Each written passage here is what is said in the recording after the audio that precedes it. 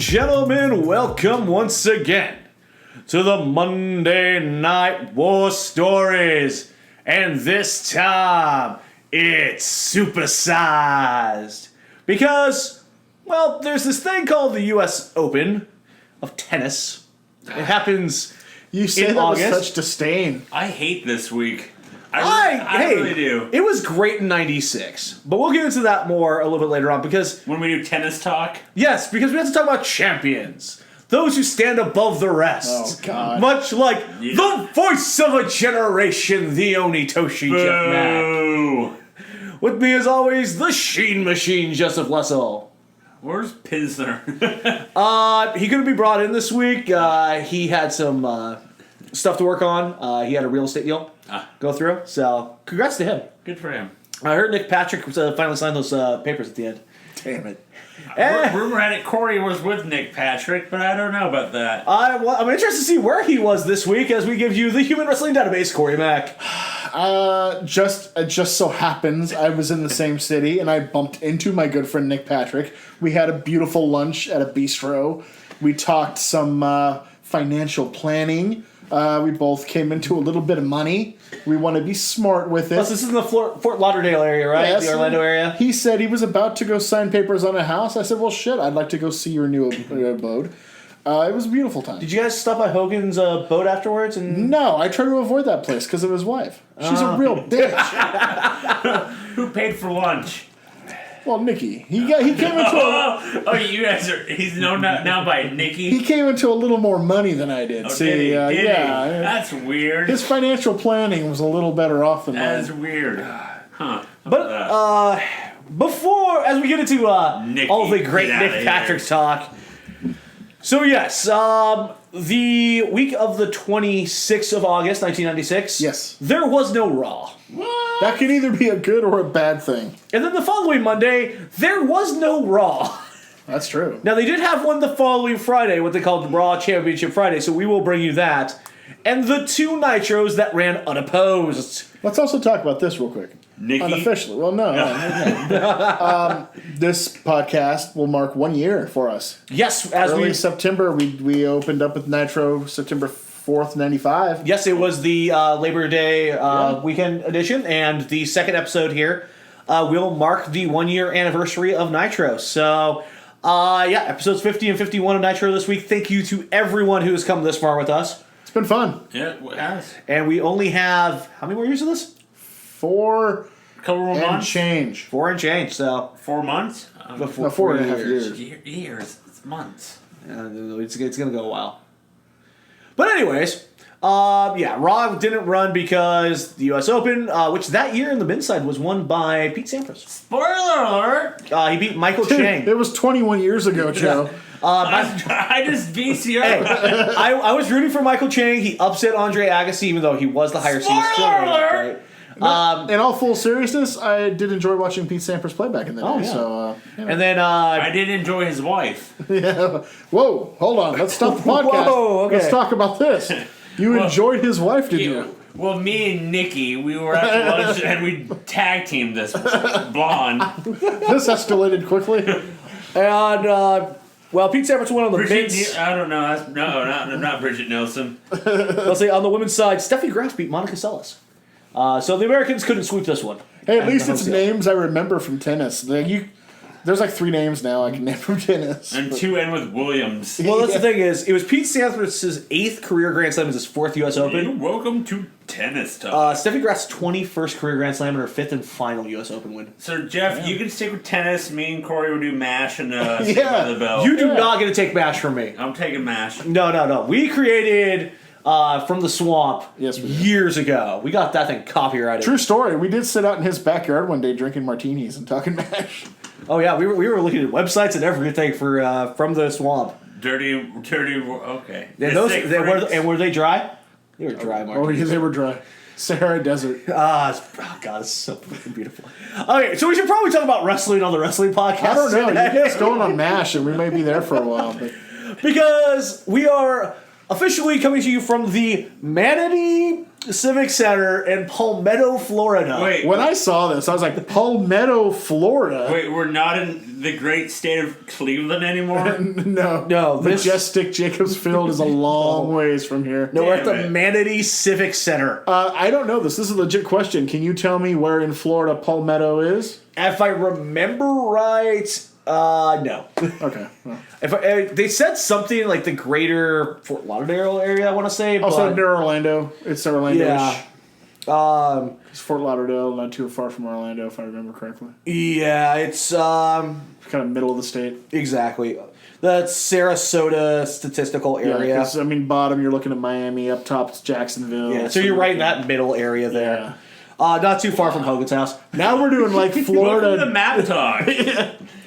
Hey, Today is Florida. Tomorrow is Delaware. we got a lot of teaching to do tonight because as we start episode 50 of Nitro, our opening contestants are already in the ring as the pyro goes off. Jobber entrances. We get a lot of those this week. And as for the two gentlemen in the ring, they are Billy Kidman, who we know, and a new contestant, Juventud Guerrera. Yes. So, Corey, tell us about Hoovy Juice. Juventud Guerrera, second generation luchador, father of Fuerza Guerrera. Juventud Guerrera in Spanish, it means youth warrior. Really good 90s luchador. We're talking really high flying, really good at baby face shine. We're talking like behind Ray and Psychosis, probably the third best luchador from the 90s clique. He was Zen's favorite. Oh, absolutely. When we told Zen this was the premiere, she was kind of jealous she hadn't watched it. So Yeah. she's probably back watching it right now. Hoovy Juice. Hoovy. These two have a nice little match. Of course, Juventud brought in because, actually, I mean, he was going to debut anyway, I'm sure. But Psychosis originally scheduled to face Conan for the Mexican heavyweight title at Fall Yes. Brawl. Psychosis is out with an injury. Juventud will be taking his place and will be at Fall Brawl to take on Conan. Ah, that's why he has the title match already. Yes. As for the match itself, yeah, this is a really fun short sprint. As we get going here with the action, because we're just straight to the action at the start of the show. Kidman hit that beautiful power slam. I mean, that thing was just out of nowhere. Hits a crossbody that sends both men to the outside. Fighting on the outside, Hoovy hits a sunset flip power bomb to the outside. Then goes back into the ring and comes down on Kidman with a pescado leg drop, which is something that I thought he was stepped on his throat there for a second the way Right. he came down there. Then a nice Hento con plancha. I'm trying to learn the Spanish along with Tony Schiavone. There you go. Oh, Pinto bean? as they hit a Hurricanrana, Tony's Spanish is una corona. Yes. He struggled a bit with Hurricanrana. Una corona, and my Spanish is dead on. Tony Schiavone. But Where the hell is Mike Tenay when you He need was him? actually asking Later. for Corona. He's like, Uno Corona? Una corona. por favor. What the Hendo con plancha was the springboard corkscrew splash. But he was only able to get 2 on that. Then he comes off with the springboard. Kidman catches Hoovy and turns it into a powerbomb but gets 2. That's a nice slingshot leg drop but gets 2. Kidman getting all the offense here. Hits the shooting star press. Actually hits it clean. Yeah. But can only get 2 out of it. Hoovy takes him up top, spins on the shoulders, super hurricanrana for the 1. Una corona. Yeah. For the 1, 2, 3, your winner, Juventud Guerrera. Hoovy. Hoovy. So, as the winner, and the new man on Nitro. Hold on. I want to preface this. Yes. We get the first of a couple instances of dickhead Gene Okerlund tonight. You think? Yeah. So, yeah, we have Mean Gene and Hoovy doing a promo, and Mean Gene already is putting him down to the audience like, No habla español, amigo. No amigo Taco Bell. so this should be fun. And much like Gene, I also do not speak Spanish. I'm a little bit nicer about it. Yeah, I would have been a lot nicer. I really wish Zen was here so she could translate. Because so Hoovy tries to go into English, but just fuck it, it's not working, go to Spanish. The crowd automatically shits on Yeah, I it. was gonna say also dickhead crowd, This is why I don't live in Florida. right? Dickhead crowd. Yeah, You know what's it's good about shit. Florida? Nothing. As soon as you tell me something, I'll know one thing that's good about it. Yeah. We're working on it. You know what? Is better than Florida? Glacier promos. Hey. This is a new one. He has weapons, and at some point, it's either a headscarf or dreadlocks. I'm not sure. I think it's a headscarf to the mask. 1996 4x3 aspect ratio doesn't do well. Well, hold on. You cut off the end of that promo where, in mid-sentence, Mean Gene pulls the stick from Hoovy like, go tell your story to someone else, pal. We gotta go to break. Yeah, we'll try this again some other time when you learn how to speak And I fucking was English. like, what a fucking dick. Well, that's classic Gene nowadays. Right? Like, just start saying some words. Like, Corey, how did you feel about Linda Hogan? Well, you know, Well, she's that's a great thing. You know, back to you, Shivani. We're out of time. We come back to commentary. I think Gene's been hanging out with Hogan's wife. It might be. Well, there's some stuff about that later on. We'll get to that. We come back to our commentary team of Larry Zbyszko and Tony Schiavone. And Larry's shirt is done by Picasso, I believe. Holy shit, that I shirt. loved Larry's shirt. And I love the fact that he corrects everything that was said about War Games last week. The fact that it wasn't invented by the Horsemen, but to deal with the Horsemen. Hey, Larry Zbyszko is the living legend Yes. and the teacher.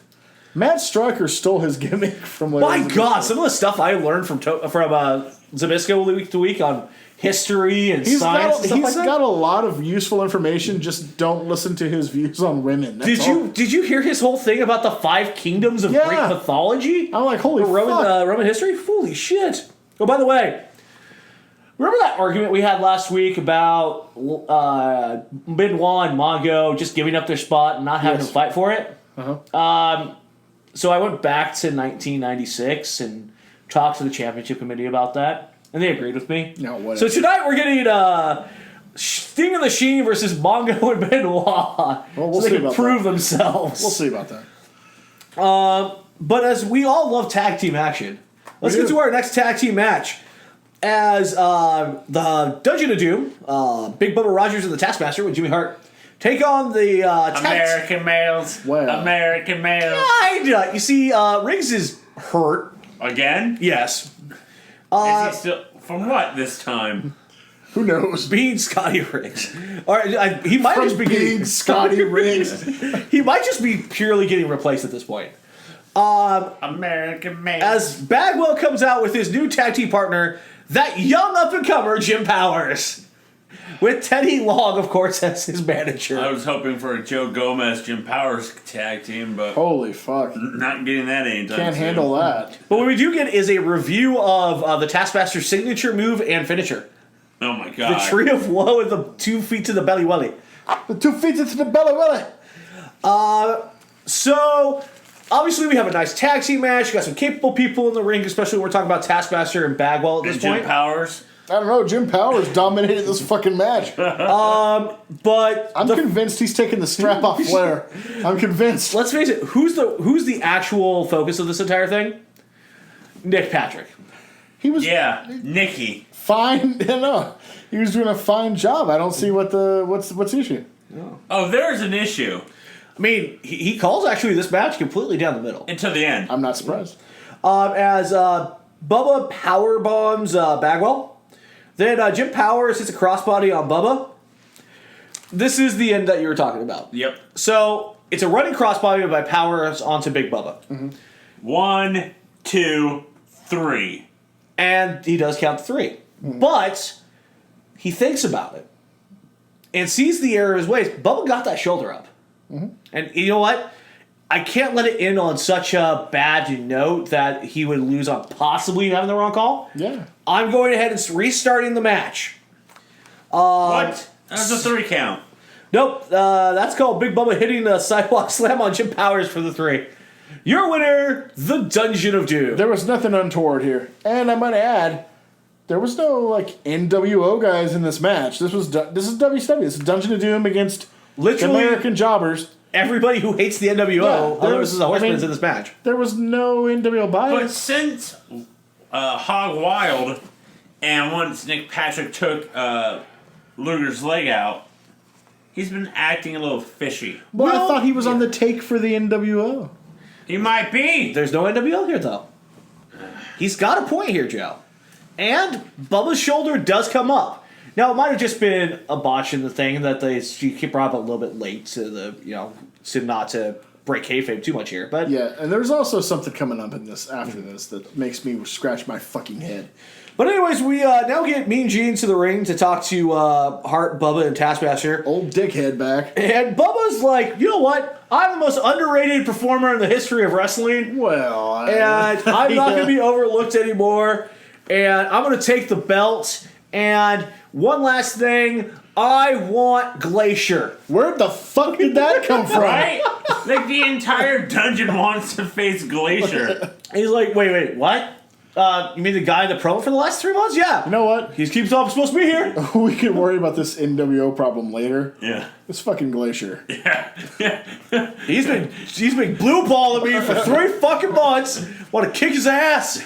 Those karate skills he's doing, those promos are blowing my mind right now, and I just need to take care of it before I want to nip prove it in the butt. I want before to he prove gets to out. him once and for all that Tekken is superior to Mortal Kombat. I want to throw another thing out here. Who on the booking committee thought, a good debut for Glacier would be Big Bubba? I mean, you get him out there with an established guy who could probably walk him through a match.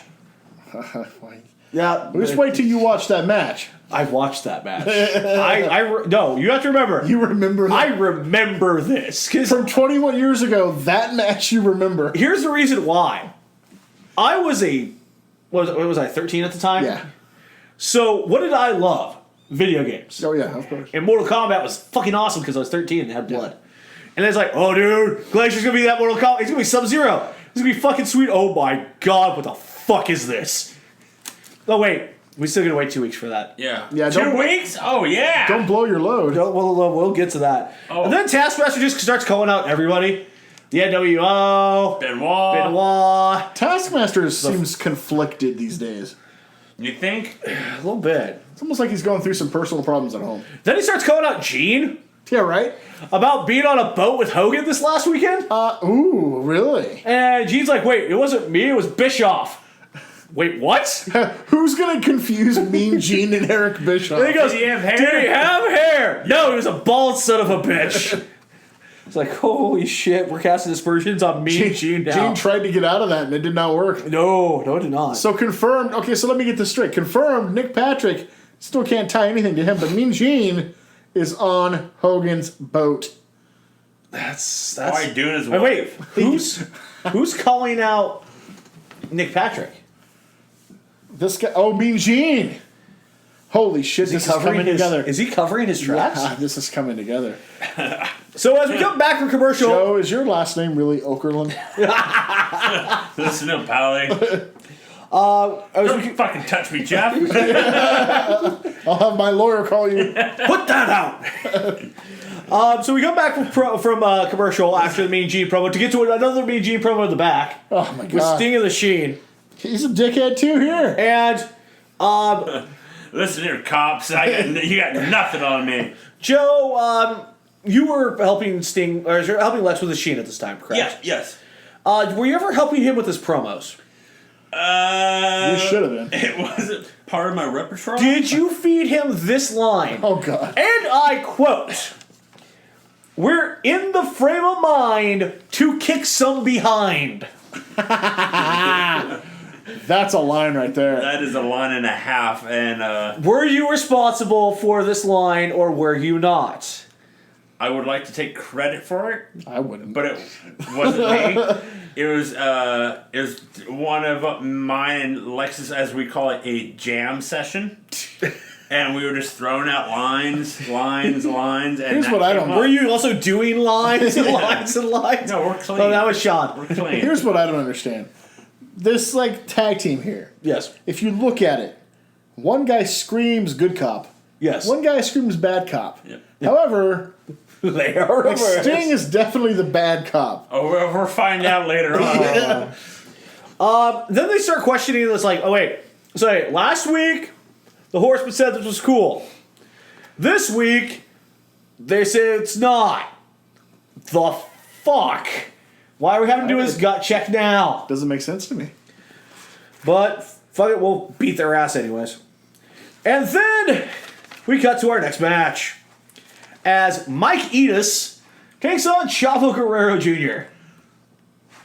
I saw this match and thought initially, that's a pairing. Okay, I didn't expect that this week. I was just more shocked and all when you saw a blind Conan in the crowd. Right? What, the guy from Breaking Bad? Yeah. Conan debuting his new gimmick. His cholo look. Yeah. Shonan. Shonan. I thought you were actually shocked when they, before the match started, announced the main event of Halloween Havoc. Right? You know, the pay-per-view after the one that's still 3 weeks away. Is that in October? Yes. Oh. The Well, you know, end of Halloween Havoc. October, Oh, yes. is it? Okay. By the way, the main event will be Hollywood Hulk Hogan versus the Macho Man Randy Savage for the WCW World I Heavyweight hope Championship. Macho wins. Get that belt off that scumbag. Yeah, we'll see what happens there. By the way, Macho is also taking on the Giant at Fall Brawl. See, what the fuck? And if Macho loses, he doesn't get the title shot from kind of what I'm understanding. No, that's not. Or they're just saying he's going to die from being in the ring with the Giant and won't be able to make it pretty to much Halloween the Havoc. Giant's going to kill him because And take he's the been casting some aspersions towards the big man. or trying to ruin his head with a chair. Yeah, well, that too. As for the match itself, this isn't horrible. This is actually pretty good. No, it's horrible, and then it gets worse at the end when they try to do the twin magic. No. Here's the thing. Before we get there, when Enos catches Chavo doing the plancha to the outside and turns it into the fallaway slam, that was fucking impressive. I thought Mike Enos looked good. Yeah. I forgot how green Chavo was in 1996. It doesn't help. But yeah, Dick Slater comes ringside. He has Twin magic, baby. the towel over his head. Enos hits a power slam, gets 2. Perfect plex, gets 2. Then he. Okay.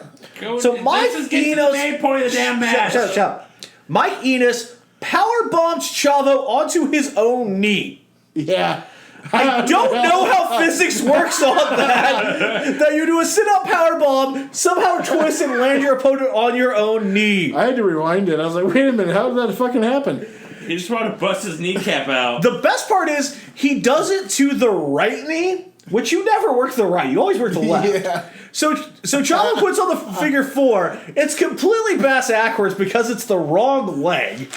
And Twin magic! he just hits the ref. Slater comes in, drops the elbow on Chavo. They do trim magic, hits the swinging neck breaker, and then Chavo rolls up a small package on Dick Slater and gets the 3 and wins. Hold on. Yes. For the people at home who have not watched this and who don't know who they are, let me break this down. Mike Enos, early 30s, Yes. pretty good build. Decent. Brock Lesnar haircut. Yes. Very, very, Buzz very, very buzz cut. Very Dick blonde. Slater, Yes. mid 40s. If he's that young. Kind of got some droopy titties. A little. Dirty blonde mullet. DDP. He looks like somebody who's been hanging out at like the local car shop, working on your fucking transmission. Oh, yeah. He's working on his El Camino. Basically, they couldn't look further apart if they tried, and they're doing twin magic here. Hey, at least Chavo wins. That's true. I was hoping Slater would win. Then Mean Gene talks to Chavo. Wow. Dickhead's back. Full tilt Chavo. Chavo just screams his entire promo at DDP. I'm DDP! I'm gonna beat your motherfucking ass! I'm Chavo! You don't mess with the Guerreros! He's green as fuck here. This is horrible. Also horrible. The Monday Nitro T-shirt that you can buy for $19.95. Yeah, I don't know what you're no. talking about. That Heenan wears backwards. Yeah. Wait, no, sorry. Your head's just on the wrong way. Yeah. $19.95 plus shipping and handling. And then with that, Is it one size fit all? I need to please help keep you guys. Make sure you restrain yourselves when we talk about Saturday night's promo. Okay. Because I know this is going to create a lot of friction in the room. Because on Saturday night, the television title will be on the line. Yep. As Lex Luger defends his title against Regal. That's cakewalk. Yeah, you think there's friction now? Just wait till next Monday. When all of a sudden there's a new guy wearing the world television title. What? As we don't get to cover Saturday night. Regal wins the title. Yeah, What? yeah, Regal What? beats Luger. I believe there's shenanigans, but I can't remember what type. I don't think the NWO has anything to do with it, but I don't think it's completely clean either. So you're saying your guy won, Yes, and his guy lost some of his sheen. that's for sure. Okay. Hey, my guy has bigger and better things to take care of tonight. Joe, you don't have time to waste on this because you're in the next match. Wait, what?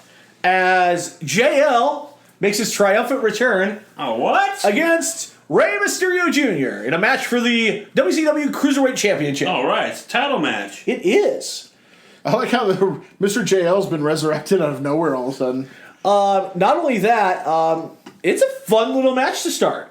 Yeah. Good counters. It's not super fast, but it's very even. It's a very good pace to start.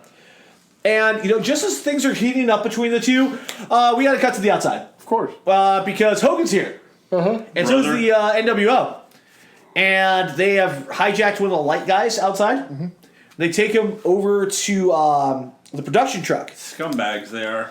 And they start spray painting the production truck. No, no, no, defend no, that. no, Defend that, buddy. no. You're wrong. What they were doing, the NWO is a marketable entity now for Turner Sports. They were just adding their logo to the truck to let you know that on top No, of that's just headline graffiti. news in Turner Sports and CNN, it's also the NWO. And you know what the NWO is, according to this? Graffiti. For life. Yes, it is. NWO for life. It's the introduction of NWO for life, and also Nash doing the hand signal. Yep. So that's fun. As for going back to the match, because they do allow you to watch some of the action as Ray locks in a camel clutch to go to the commercial break. We come back, and Mr. JL has that rope-assisted abdominal stretch. That's always a nice move. Make sure the ref can't see you. Except for the ref saw you and then kicked your hand off the So ropes. when did JL become a heel? That's what I want to know. That's when I went and spent time down in Mexico. I see. I've heard that'll often turn a man heel.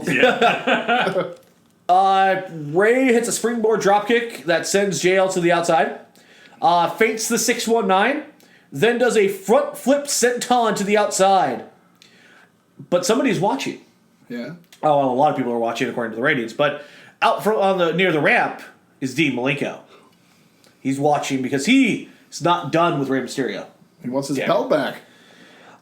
Then they start going to the freestyle wrestling restarts, where one man's on all fours of the ground. You go to the freestyle restart after you were. This was kind of weird. It didn't work in the very middle well. of a fucking match. Yeah. I think I want to say Rey Mysterio fucked up and he asked me to restart the match. So okay, I guess. But JL, not to be denied, sit-out powerbomb, gets 2. Goes for the sit-out powerbomb again. Probably shouldn't go to the well too many times here against Rey Mysterio. Because he counters it into a sunset flip roll-up, but only gets 2. Then JL locks in the Boston Crab, turns it into a modified bow and arrow lock, and turns that into a back suplex for 2. That was freaking pretty, Joe. Good job. Thank you.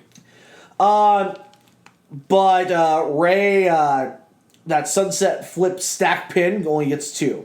JL. So, Mr. JL, Yo. about the wardrobe malfunction.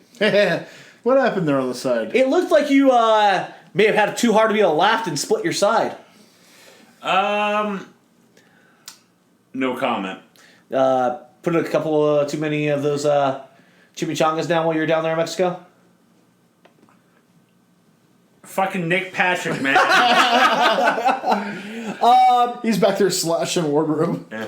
You hit a brainbuster. That gets 2. And now hour 2 begins. During the middle of the fucking match. Everything goes crazy. You fight to the outside. Ray hits a Hurricane Rana jumping off the ring steps. That was pretty. They get back in. Springboard Frankensteiner by Rey Mysterio. Gets the 1, 2, 3. Your winner and still Cruiserweight Champion, Rey Mysterio Jr. That was fun. That was a fun match. Good job, Joe. Thank you. Too bad you lost. What? Well, we're going to beat Rey Mysterio, man. I could have. No. If Nick Patrick didn't slice my pants. I mean, it was your side. You're I was saying gonna say, he wasn't even the match. We then cut to Mean Gene, Oh, God. There we go. who has Benoit, Mongo, and the ladies. And, He kind of gets on the woman here. well, he does all the time. Well, I mean, like, quit touching me. Yeah. It's that time of the month for him, man. Jesus. And basically, the whole thing here is, so they changed their minds. And then Benoit, and this might have just been a problem with doing the promos in the back for some reason that week, because everybody seemed to have some volume problems. It seems like Benoit decided to go to the Psycho Sid school for promos. Right? Because you could not hear a fucking thing he said. He just whispers the entire time. Watching this, it was like watching Miss Elizabeth, and she looks like she doesn't even want to be there. She's looked like that every week since she debuted. She's like, I'm here, guys. Hi, how can I help you? Oh, don't say anything tonight? Okay. Oh, it's funny you mentioned him. Oh, yeah? Because after commentary gives us a review of Macho's last 2 weeks, which have not been good. No. Macho and Mean Gene have a promo in the back. And basically, Macho's very succinct and to the point. I am going to murder bitches. Right? Dead. First Giant, then Hogan, and I'll have the title. That's it. Which leads us to our next match. Hey, all right. Pretty straightforward. For Yeah, him. he was straightforward, but I like the fact he leaves and, like, Gene's like, can I get some of that or something? He's like, fuck you, no! Like, off screen. Yeah. No, not! We get to our next match as the Giant with Jimmy Hart takes on Hacksaw Jim Duggan. Oh! Thank God. Well, you're just cruising for that Hacksaw match? No, I'm cruising for Giant to plant him through the fucking ring. Well, to be fair, this match gets 5 minutes. God damn, are you serious? I want to say it almost gets 6 if I remember right. But, so, because Duggan gets a lot of offense in. It's punch, kick, it's 4:30. 4 minutes and 34 seconds to be precise. Punch, kick, punch, whatever it club, punch. So his whole repertoire right there. Yeah. Then he moves as Giant goes for a shoulder block on the outside. Giant shoulder blocks the ring post, and I will admit, I agree with commentary. That ring fucking moved. It did. Holy I shit. was like, whoa. That ring post should not have that much give. He gets the bear hug locked in on Duggan on the inside when the crowd just turns away. Well, I turn away from a Duggan match too. No! Somebody's coming down the aisle. Through the crowd, through the people. Not again. It's Ted DiBiase? What? Okay. And he has a ticket. He takes a seat. Of course he does. He's not just... you can't just walk into the arena without a ticket. That's it. Yeah, he's got decent seats. I mean, it is Ted DiBiase. I'm a trillionaire Ted, Yeah. Back to the match. Duggan decides to tape the fist. Of course he does. He punches the Giant. It does jack all. This was awesome. Do So it again, Hacksaw. no choke slam. Boom. Hey, that was impressive. Chokeslam. Like, Oh, because he has to gets adjust him, in midair. But he adjusts midair, but he's able to just put his hand on his ass and keep him up higher and, No. and longer. You know what it looked like to me? Duggan deadlifted him. I don't think Duggan would He take the sandbagged bump. him. Yeah, He sandbagged him. I think he didn't want to take the bump. And then Giant's like, "Fuck you, Pally." Yeah, he's like, you're going to take it. And he takes the bump and takes the 3. Then DiBiase, on camera, very interesting. Mm-hmm. He shows 1, 2, 3, 4, Mm-hmm. and then he mouths, "Next week, 5.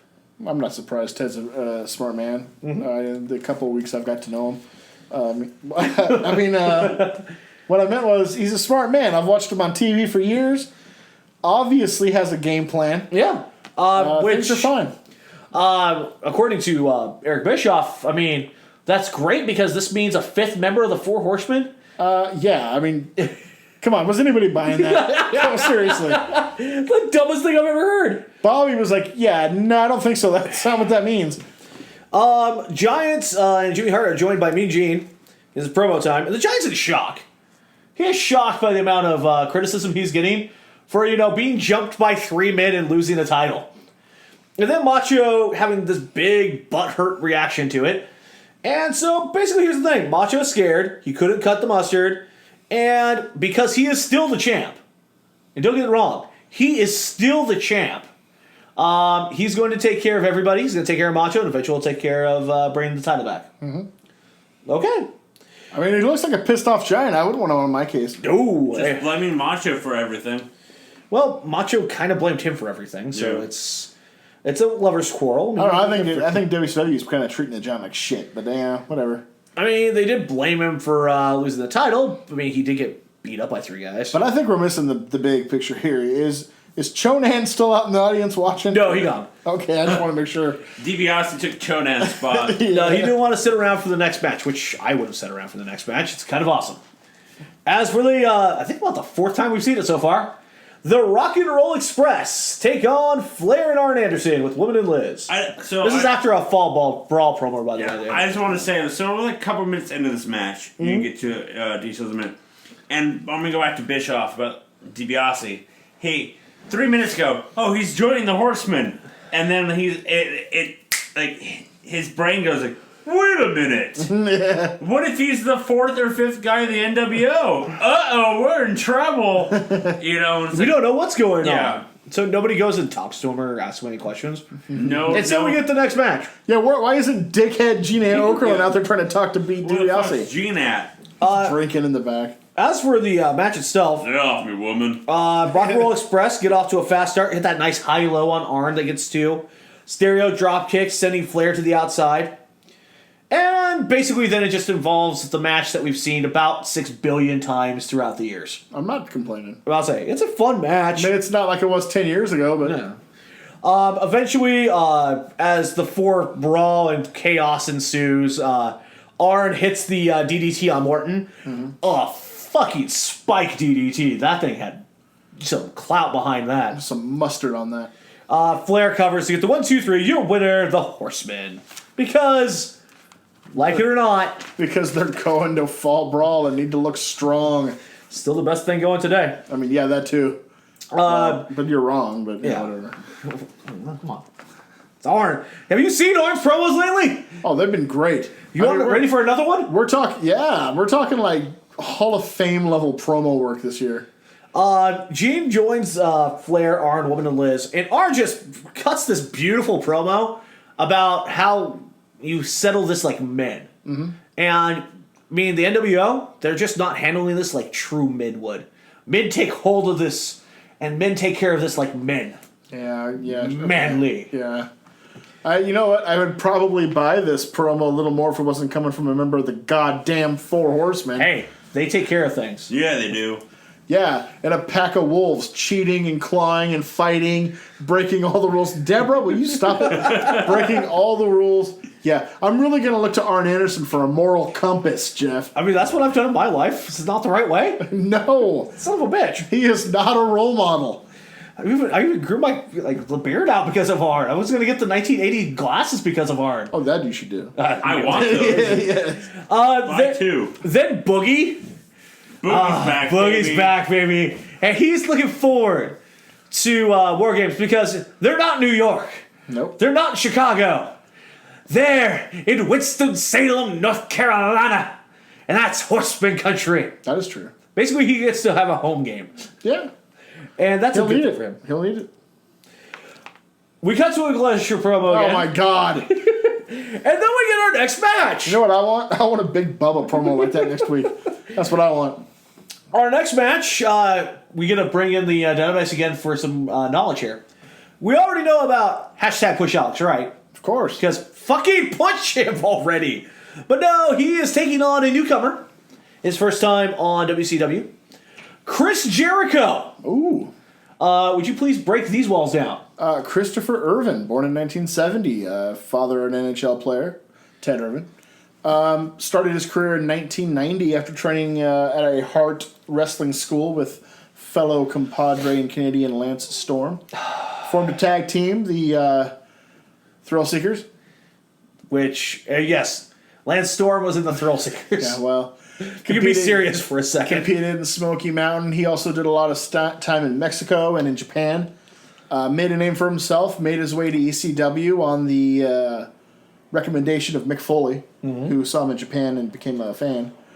Almost immediately won the ECW television title from Pitbull number 2, and held it. Had one of my all-time favorite ECW matches, by the way, is a 4-way where he loses the ECW television title. It's him, Pitbull number 2, Too Cold Scorpio, and the franchise Shane Douglas. It goes about 45 minutes. That sounds good. It's one of my all-time favorite ECW matches. Let's check that out. That's in the summer of '96. In July, he loses, and he becomes another in the long line of guys that Eric Bischoff straight up poached from ECW as he debuts here.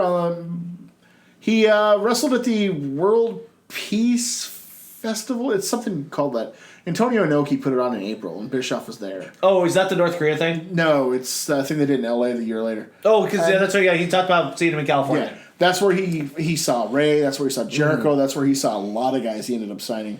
Okay. And because he talked about how he saw him in California. yeah. Plus Benoit, a good friend of his, kind of put a word in, and here we are in WCW for Chris Jericho. About to say, because we had him in Best of the Super Juniors, or Yep. Super J Cup back there. Yep. With Benoit, Eddie, and those guys. This is a damn fun start to a match. I don't want to take too much time, but Yeah. there was a fun Benoit Jericho story from that. Yes, please do. Jericho. So they were wrestling in the tournament in Japan, and they kind of went out there and had a good match, but there was one spot that was blown. Jericho told him, watch out for the spin heel kick, because Jericho does that spinning heel kick. Yeah. And Benoit went down too early, and it was kind of botched, and didn't look good in Japan, right? Yeah. Jericho didn't think too much of it. Benoit was devastated and pissed off. I know that. I heard this one. Yeah. And disappeared after the match. They couldn't find him anywhere. And he was, Jericho found him in their corner doing like squat thrusts just angrily. And Jericho didn't know quite what to make of it, but he decided since he was in the match too, he might as well start doing some thrusts too. So he just started doing them with him. That's fucking brilliant. Match, really fun start. Alex Wright with those drop kick head scissors. Man, why the fuck wasn't Alex Wright more than what he was? That's why we have hashtag push Alex Wright. Maybe this second run through, it might change. Why? They do it. Joe, I like your optimism. We might quantum leap this. I really enjoyed the early spot where they married each other with the Northern Lights suplex into the armbar. Yeah. First Jericho does it, then Alex Wright does it. Jericho with that nice leg lariat, then that triangle drop kick to the outside. Jericho goes off the top, but eats a drop kick right to the chest. I think it was beautiful. Then Alex Wright with the jump wheel kick. Then out of the corner does a springboard 180 crossbody, but can only get 2. Match, Jericho goes to the outside, and Alex Wright goes up to the top turnbuckle, flies off, and headbutts the guardrail. Yeah, he does. Just clocks himself cold. Jericho rolls back in. This is obviously going to be a count out. Then Jericho tells the ref, no, I will not win like this. Call off the match. The ref's like, okay. No contest. What? It's a goody Jericho. The And I don't know how I feel about this. Right? It's, we'll just call it young, inexperienced Jericho. Jericho, Alex Wright, and get joined by Mean Gene afterwards. Dickhead Gene Okerlund returns. My God, you probably have a concussion. Get the fuck up here for the promo. He pretty much dresses down Jericho for making this decision. Dresses down Jericho, and then at the end he's like, "Alex, you want to talk? Sorry, we gotta go We're out of time. Commercial. Go to the back and talk to somebody who cares. Go talk to medic." Also, Jericho uses up most of the promo time. Putting over, he doesn't want to win like that. He's here to win because he's the best. Oh, and I love WCW, baby. Everybody WCW. Fuck the NWO. Because Hogan won't stand for that. We are the better way. And fuck the NWO. I wonder what 2016 Jericho would pick. Still pick WCW because the NWO is not the way to go. Well, Winners don't do drugs. now they're drug dealers. Talk about slander with you two. Holy shit. Is that not what it says at the beginning of the video games? When you got to the arcades? I mean, you got fucking Joe over here impugning the poor name of Nick Patrick. And then you're over here accusing the NWO of, like, making kids do drugs or some shit like this. I mean, did it work? Holy hell. You wanted to be like Scott Hall. And you had to take some pills to do that. And I am like Scott Hall, but that's beside the point. Anyways, we come back from commercial. Time for our next match. Because everybody gets the jobber entrance here. Hey, but you know why? Because dickhead Gene Okerlund is controlling this fucking show. As the Steiner brothers Steiner take on the Blue Bloods. Which version? Squire Dave Taylor and Sir Bobby Eaton. Earl Robert. All right, well, cool. Still a good team. Which leads to the Blue Bloods just arguing before the match outside of who's getting in. This made me very sad. Until Rick Steiner brings them back together head first. That's not how to do conflict resolution. The end is near. Rick hits that pick power slam on Bobby Eaton. Then Dave Taylor goes to hit Rick Steiner. I don't think Scott Steiner was ever in this match. And he hits Eaton. But fuck that shit, we still gonna hit our finisher. You know what? That's a good point. I'm beginning to think Steiner might have already been injured. Might have been. Because Rick carries the whole match, and then all of a sudden, the next week, we'll talk about it. The Blue Bloods hit like a crossbody variant of the Doomsday device. But either Taylor held on too long, or Eaton over-rotated, allowing Rick to roll through for the 1-2-3, your winner, the Steiner brothers. I think, because I could never see the ref call for the bell or ever count the 3, and I never heard anything. Who was the ref? I think it was Nick Patrick. Oh. No, it's just a bad camera work. Oh. Exactly. See, bad camera work is also the fault of Nick Patrick now, right, Because here's Joe? the thing. He was. Did you ever see him on screen during the count? No, but there was, they certainly gave the impression there was a 3 count in the end of the match. And the bell eventually happens. They have a lot of problem with that for these 2 weeks. Yeah. The bell sometimes happens. Who's the bell ringer? I don't know, but they should be fired.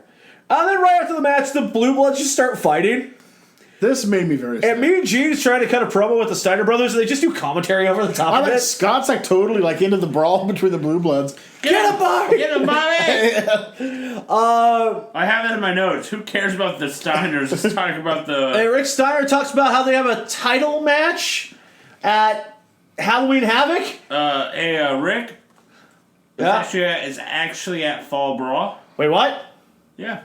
But either way, whatever pay-per-view we're facing Harlem Heat at, we're going to kick their ass. Given his the rest of his night, I'm surprised Gene didn't call him some window liquor and tell him, no, dumbass, it's a Fall Brawl. Yeah.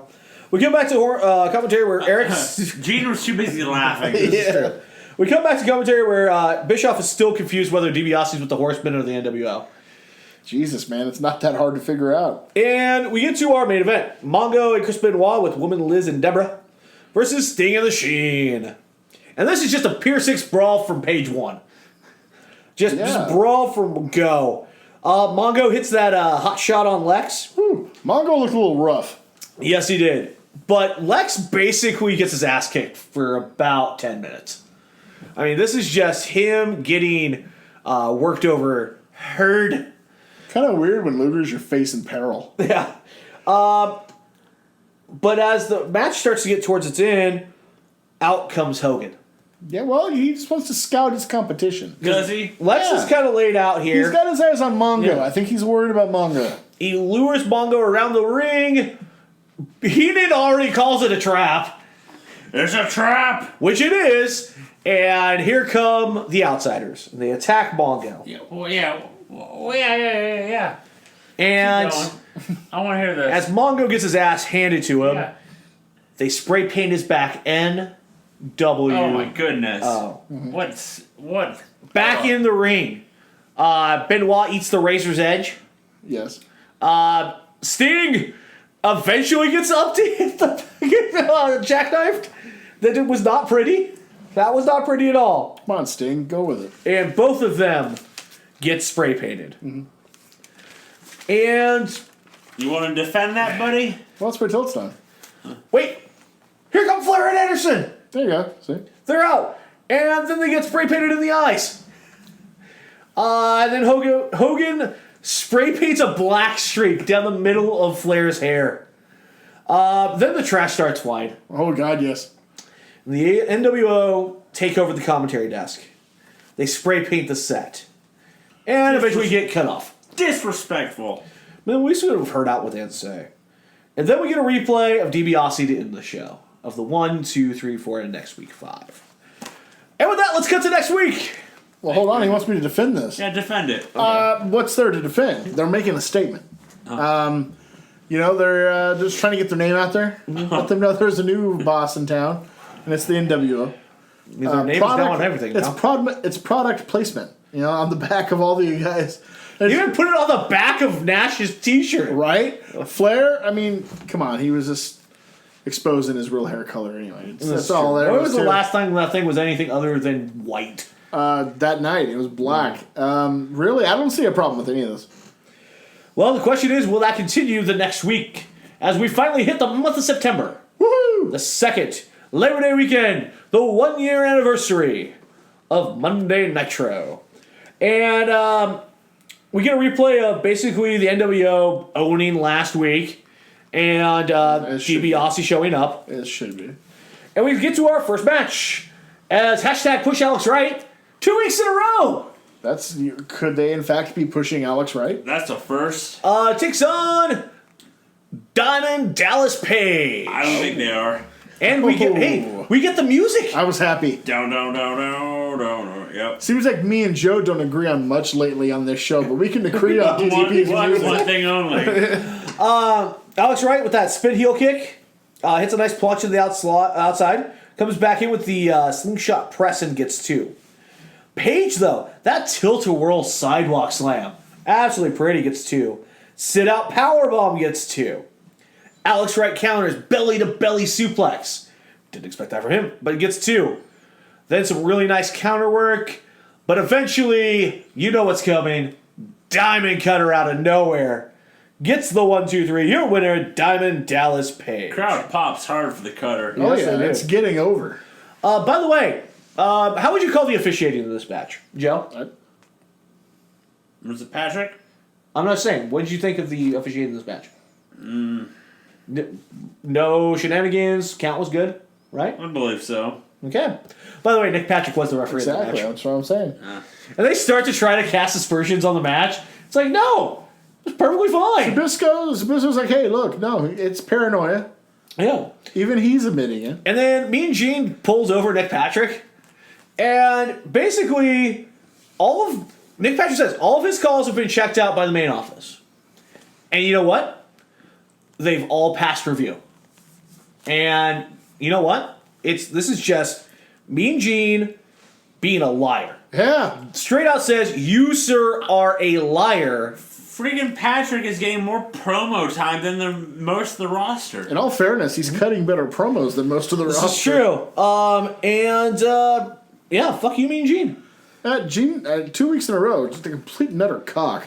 And you gotta admit, Joe, Nick Patrick's got a point here. No. A lot of his stuff's perfectly fine. No. And it has passed the board, so. I mean, it's not like he's a crooked ref like that Earl Hebner fucking He WWF. believes, This is true. Nick Patrick believes that he's the law. He's Well, that's an head official. official. Yes, he Head is the official. law. He ain't no demolition man. Here's the law. He's not Judge Dredd.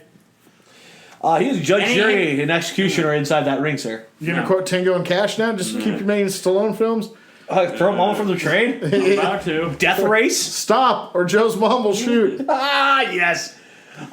Speaking of which, That's over the top, buddy.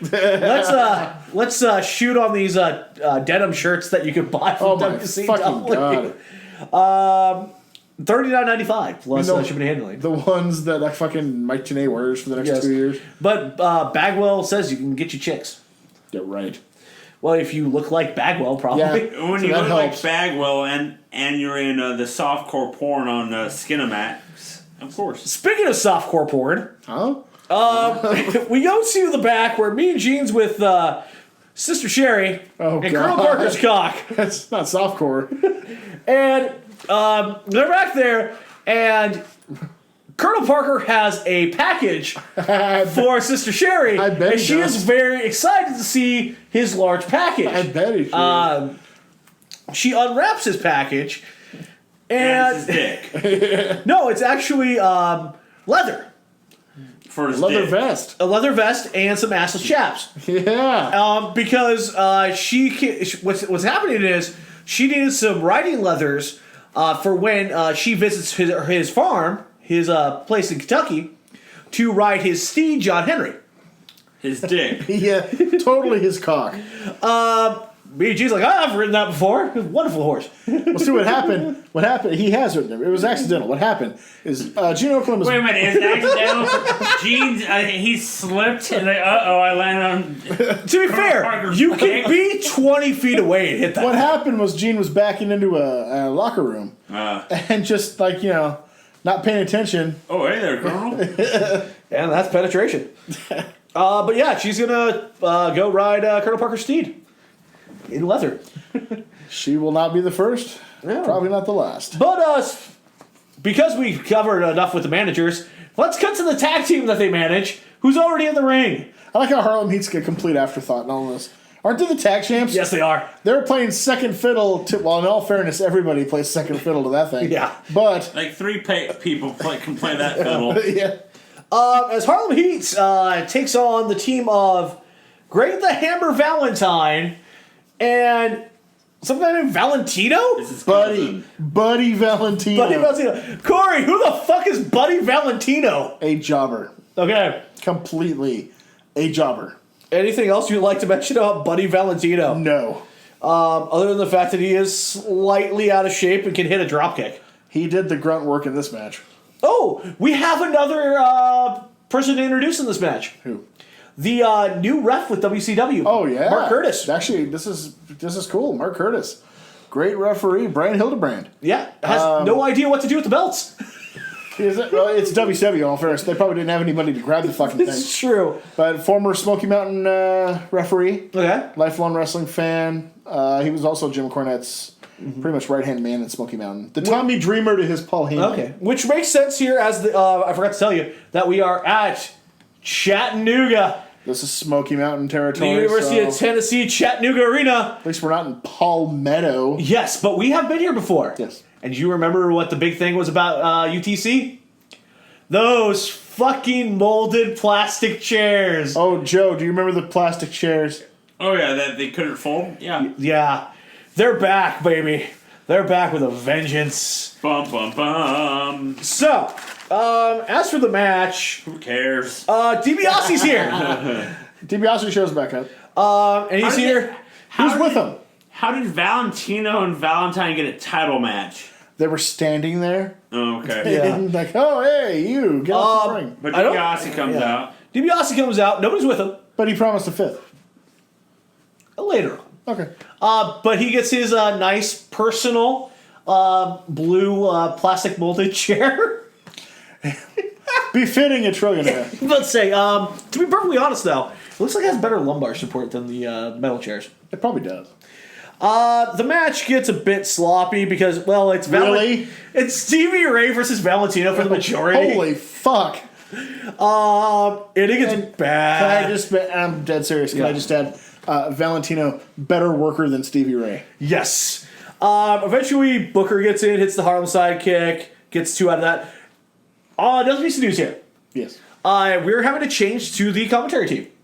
Really? Yes, starting with this match, starting tonight in hour 2, we will have a 3-man team as they are adding Mike Tenay to the second hour. He deserves a chance. Absolutely.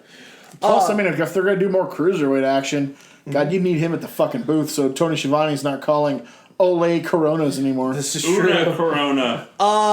Eventually, Booker hits the Harlem Hangover on Valentino for the 1, 2, 3. Wait for it. Wait for it. Wait for it. Oh, there's the bell. Your winners and still tag team champions. Is Chonan the ring bell? He's like blind. Yeah. It's Pinzer. I'm sorry. Pinzer, what the fuck are you doing here? I was late. Have I done the introductions yet? It's too late. It's too late, man. We're We're already on the past second show. Who's paying for my car? My Uber? Joe. Yeah, Joe's. Joe. No, I'm not. Fuck you guys. Where did Pinzer go? But anyways, this is the 1-800 He went to the collect. bathroom. This is the 1-800 collect replay here. Yeah, because we need to watch this match more. Then we get Mean Gene with Harlem Heat, and they're out to end careers. Harlem Heat says. So they immediately get their hurt as the Nasty Boys come out. Wait. They bring up that they're gonna kick Nasty Boy's ass at Fall Brawl. Yep. Yes, But wait. last week, What's up? the Steiners said they're facing Harlem Heat at Fall Brawl or at Howler You Havoc. notice how last week Scott never got in the ring? Yeah. Yeah, he's hurt. Oh shit. So Nasty Boys are getting the tag shot. Oh sweet. Then they I'm a little tired of the Nasty Boys, to be honest. well, they Me put too. Stevie Ray into the head first into the stairs. I've been tired of Nasty Boy since week 1 of this. Hey, I love the matches with them in Public Enemy. Yeah, I have nothing against those matches. Then the spike pile driver they hit on Booker was nice. Yeah. Except for I just Knobs about don't fell off like the top. Knobs because he is Hollywood Hulk Hogan's friend. You're not like Knobs either. Yeah. This makes sense. You know what? I know you both love. Mean Gene? Nope. Glacier promos. Oh, fuck. Damn it. Oh, you know what you also love? Mean Gene? No, Mike Tenay joining commentary because There you go. while he's on the second hour, he's also here for the next match. Probably because there's luchadors involved. There's not. No? No, our next match, Dean Malenko versus Chris Jericho, Close enough. Yeah. and let the salivating begin. Because this is a fucking good match. Yeah, it's I gotta say, during this match, I love the fact, welcome Mike to the announced commentary booth. Just in case you don't know who he is, we'll put the Monday Nitro logo on the bottom left and have voice of Mike Tenay. Right. Well, they just wanted to do it because they knew that Raw was going to do it the next week with Brian Pillman. Trying to jump ahead. Yeah. As for the match, Jericho with that nice release Northern Light suplex. Then hits a beautiful flurry of kicks, including that inverted enziguri where he turns into the kick in the chest. Oh, I love that. But one kick hit goes for one kick too many. Dean catches it and counters it into a back suplex. Then Dean with the brainbuster gets 2. Then we find out Dean Malenko does not get a chance at the Cruiserweight title at Fall Brawl. Nope. What? Nope, it's going to be Rey Mysterio versus Super Callow. Because Super Callow. Hey, he's a good worker. He's okay. Okay. We'll talk about that more here in a second. All right. By the way, this match is exciting and really good, so DiBiase leaves. He's in the middle of the match. he's an important man who's got shit to do. I'd still rather stay for... Hey, these guys stink. Get into the bathroom. He stuck around from Harlem Heat versus Valentine and Valentino, but leaves during Dean Malenko and Chris Jericho. Maybe he had to go to the bathroom. Maybe he got a call to his pager. Mainstream Because fan. those were a thing in the 90s. Yes, this is very true.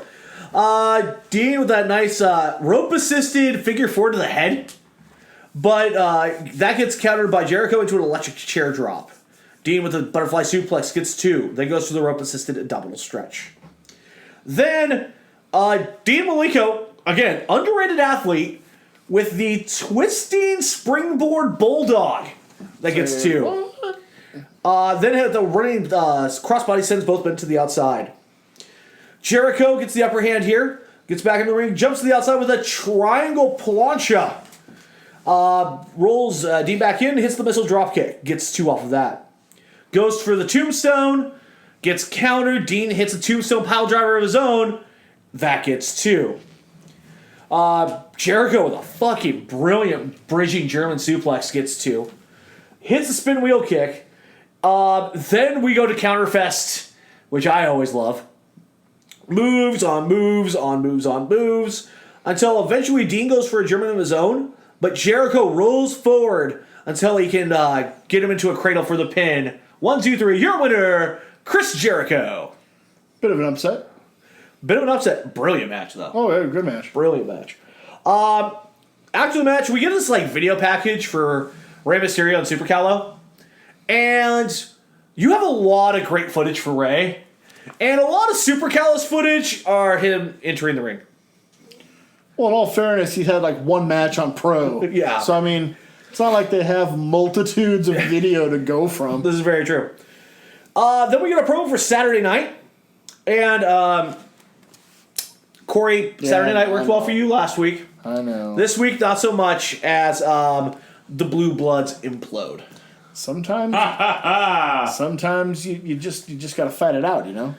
Taylor versus Eaton this week. You know, I have no doubt that my fellow Brits will get this all figured out. Your fellow Brits. If Eaton's British, so am I. There you go. Then we get to our next match. The Giant with Jimmy Hart versus Brad Armstrong. We haven't seen him in a while. Who booked this match? As for you, Mr. Armstrong, welcome to Squash Town Population U.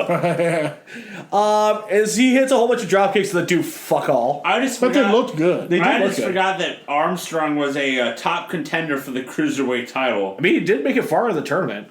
Well, he did get a title match at Slamboree, remember? No, I don't. You can go back and listen to that on the Monday Night War Stories presents the pay-per-view War Stories. Yeah, it was Dean Malenko against Brad Armstrong for the Cruiserweight title. How about that?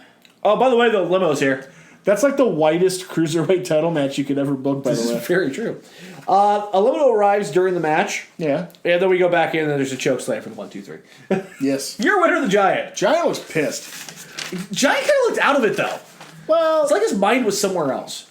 probably on Savage. The guy's been blasting him for a month, calling him every fucking name in the book. Also, I mean, they have been treating him kind of bad lately. Yes, they have. They should get him some like chocolates or something like that. You know, maybe feel better. Chocolate. I don't know. Maybe the big guy probably likes some sweets. Sorry we've been fucking with you, big man. Here's a couple Hershey Kisses. Wait, Oh, thanks. gentlemen. The following announcement has been paid for by the New World Order. Ah, crap. Hey, these guys suck. Well, it's only one. It's Hogan. And he's on his own. And this is, okay, his insults on, like, Lex and Sting are not great. No. Except for he talks about hanging Lex. Like, okay, attempted murder, that's a new one. Okay. But, I mean, anything's allowed inside the cage when it comes to War Games. That's true. And then, but here's the thing. It's not great, but it's still effective. Yeah. I mean, it's still a little over the top, but it's definitely more toned down than the first one. Who's ever editing these and shooting them on the cool black and white video deserves kudos. Yeah, those are... Oh, man, the production I mean- value here is just getting better and better. I mean, let's be honest. It's some pretty cool techniques. Yeah, I'm not saying... Whoever that is doing a good job. I'm about to say, if there's one thing that the NWO has down, it's packaging and marketing. Yep. But they're sort of scumbags. But with better commercials, because the preceding announcement was paid for by the New World Order. Hey, didn't Pinzer say quarters behind those videos last week? We believe Pinzer was a little bit out of his depth on that one. I can neither confirm nor deny that. No. Okay. But hey, welcome to Hour 2 and officially the start of Year 2 of Nitro. Off the record, you know how long it took me to edit that fucking promo down to make it reasonable for TV? Not that I'm the one that's doing it. Especially back then when you had to splice it by hand. Well, but that guy, he rambles. Oh yeah, I can imagine. Brother. Can you get my wife in this shot? No. Fuck no, she's a bitch.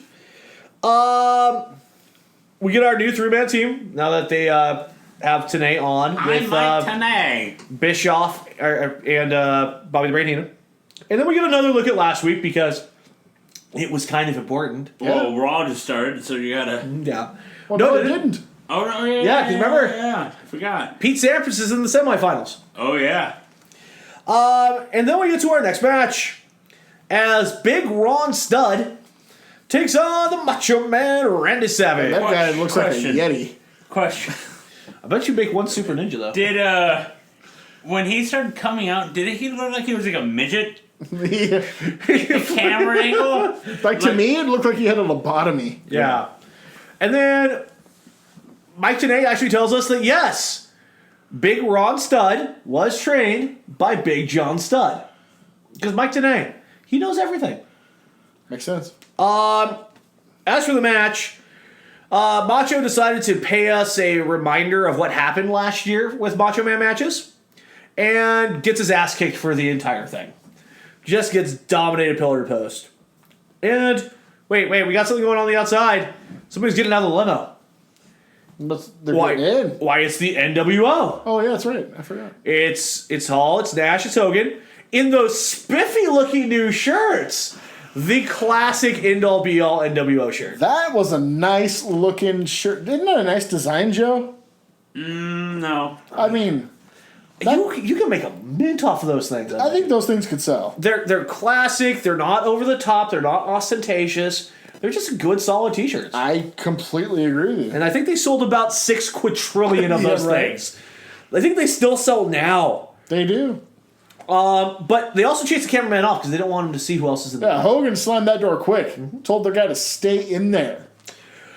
Back to the match. Ron Studd tries to throw Macho into the 4th row. The ref gets onto the ropes to stop him. Joe, I mean, what do you think of this? Attempted murder in the middle of the ring by WCW guys. I'm not going to talk about that. I don't know what you're talking about. I didn't see anything. Macho eventually slams Studd, trying to pull his Hogan on Andre moment. Breaks his back. Then goes up top and drops the elbow. That's 1. That's 2. That's 3. You're winner, the Macho Man Randy Savage. My joke is if you know you're going to be facing the Giant at the next pay-per-view, Yeah. you're facing Stud. Well, how well did that work for Benoit? Where he beat Stud. And he Yeah. got beat in 30 seconds. Because he decided to hold him in a choke slam for 20. That's true. That was awesome. I wonder if he was going to do that to Savage. Be interesting. But, I mean, that's your guy, Macho. It is. I mean, he's disheveled. He's paranoid. He needs to just relax. But here he is on a promo with Mean Gene. Where he becomes the nicer of the two men. Yeah, right? I mean, But Macho is not guaranteeing the fans. He is guaranteeing the entire fucking universe, before WWE ever used that shit, that he is going to beat Hogan. He's going to murder Hogan. And he's Murder. also going to beat the Giant. he's going to murder Hogan. Brother. He's going to take out Hogan and the Giant, guarantee it. And Mean Gene's like, wait, did you read the script already? Because I need to go put some money down in Vegas. Right? I want And to see. Mean Gene needs to give Juventude Mike time again. time for our next match. As Sting and the Sheen Hell yeah. have their... did they repeat the same song again? Oh, no, never mind. It's the Steiners. Star Rise! He does this. He does that. No. That song goes like, Rick and Scott, don't do drugs. And I'm like, what? Because he's the man that can't stand. Wait, it sounds about It's just a right. story of two brothers, Rick and Scott. They don't do drugs and they fight to the stop. Man called Sting! Lex is just sitting there. Flex. Yeah. Steiner Rise! As the match is about to start, we cut to the back where the Horsemen gang up and they just run at that limo.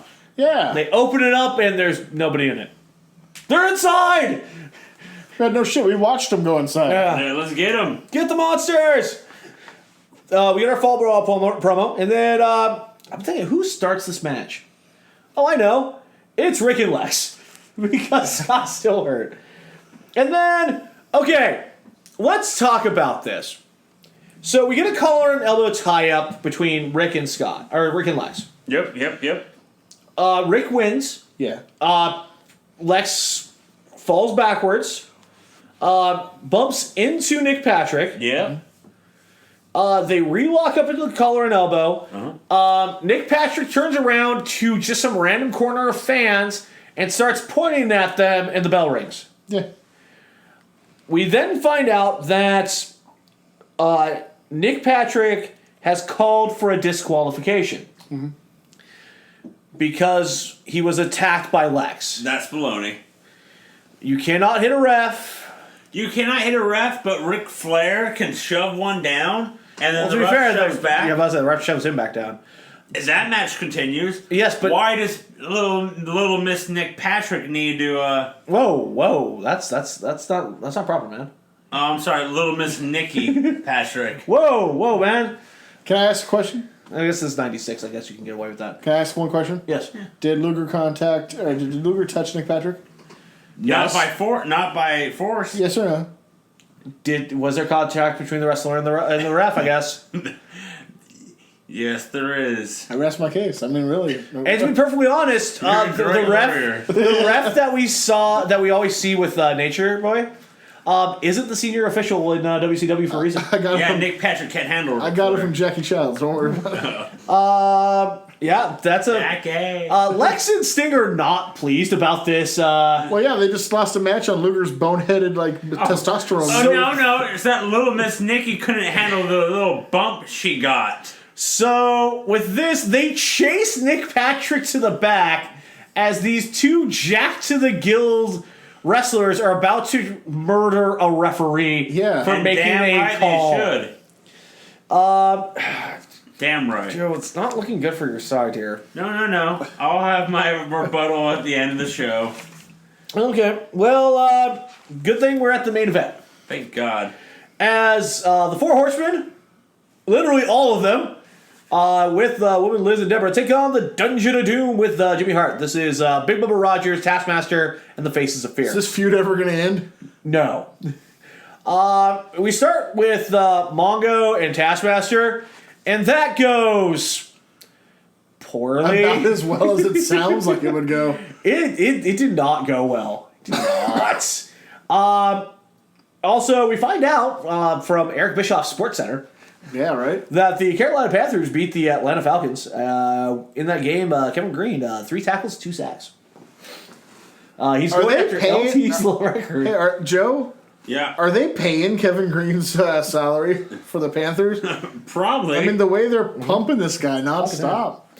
Back in the ring with actual action, Chris Benoit hits a nice German suplex on the Barbarian. Hits the diving headbutts clean, but can only get 2. We cut to the back where this is where things get fun. Yeah. Oh, yeah. Just wait. I'm going to turn the tables on old smiley pants over. So Lex and Sting have chased Nick Patrick so much, they've chased him outside of the building. Mm-hmm. Out back where that limo was. Uh-huh. Now, he doesn't go into the limo. He cuts a veers right from it because he has nothing to do with the limo. Yeah, it's weird. No. I think he was going towards the limo until Lex and Sting show up. And They've chased him the entire way. Yeah. But when they get closer to him, he veers to the right. I mean, they were within 5 feet of him the entire way. Yeah, but once they're about to grab him, he goes, I'm going to go this way. Well, yeah, because he wasn't going to the limo. He was going to get, I'm about to say. No, he was going to the limo. Your Honor. But somebody's already getting into the limo, though. And it's Ted DiBiase. What the hell is going on here, Corey? And as the door shuts and the limo starts to pull away, Sting comes out of nowhere with a cinder block and throws it through the window, attempting to murder Ted DiBiase. Hopefully DiBiase was out of the way. I guess. Holy shit, he put some force behind that thing. Oh, no, but there's more. Okay.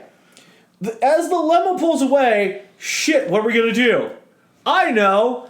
Let's steal this cop car and chase the limo. Lex and Sting steal a police car. Do you remember a couple weeks ago when they were playing cops? They have done a great job with Good Cop, Bad Cop. Yeah, that's just their patrol cop. Can I ask you a question? I'm just. You've been throwing shade. All show. Yeah. I'm gonna just say 6 words. Attempted manslaughter and Grand Theft Auto. I love that game. What about it? Lex and Sting just starred in their own episode. Yeah. No. They're doing their civil right of WCW.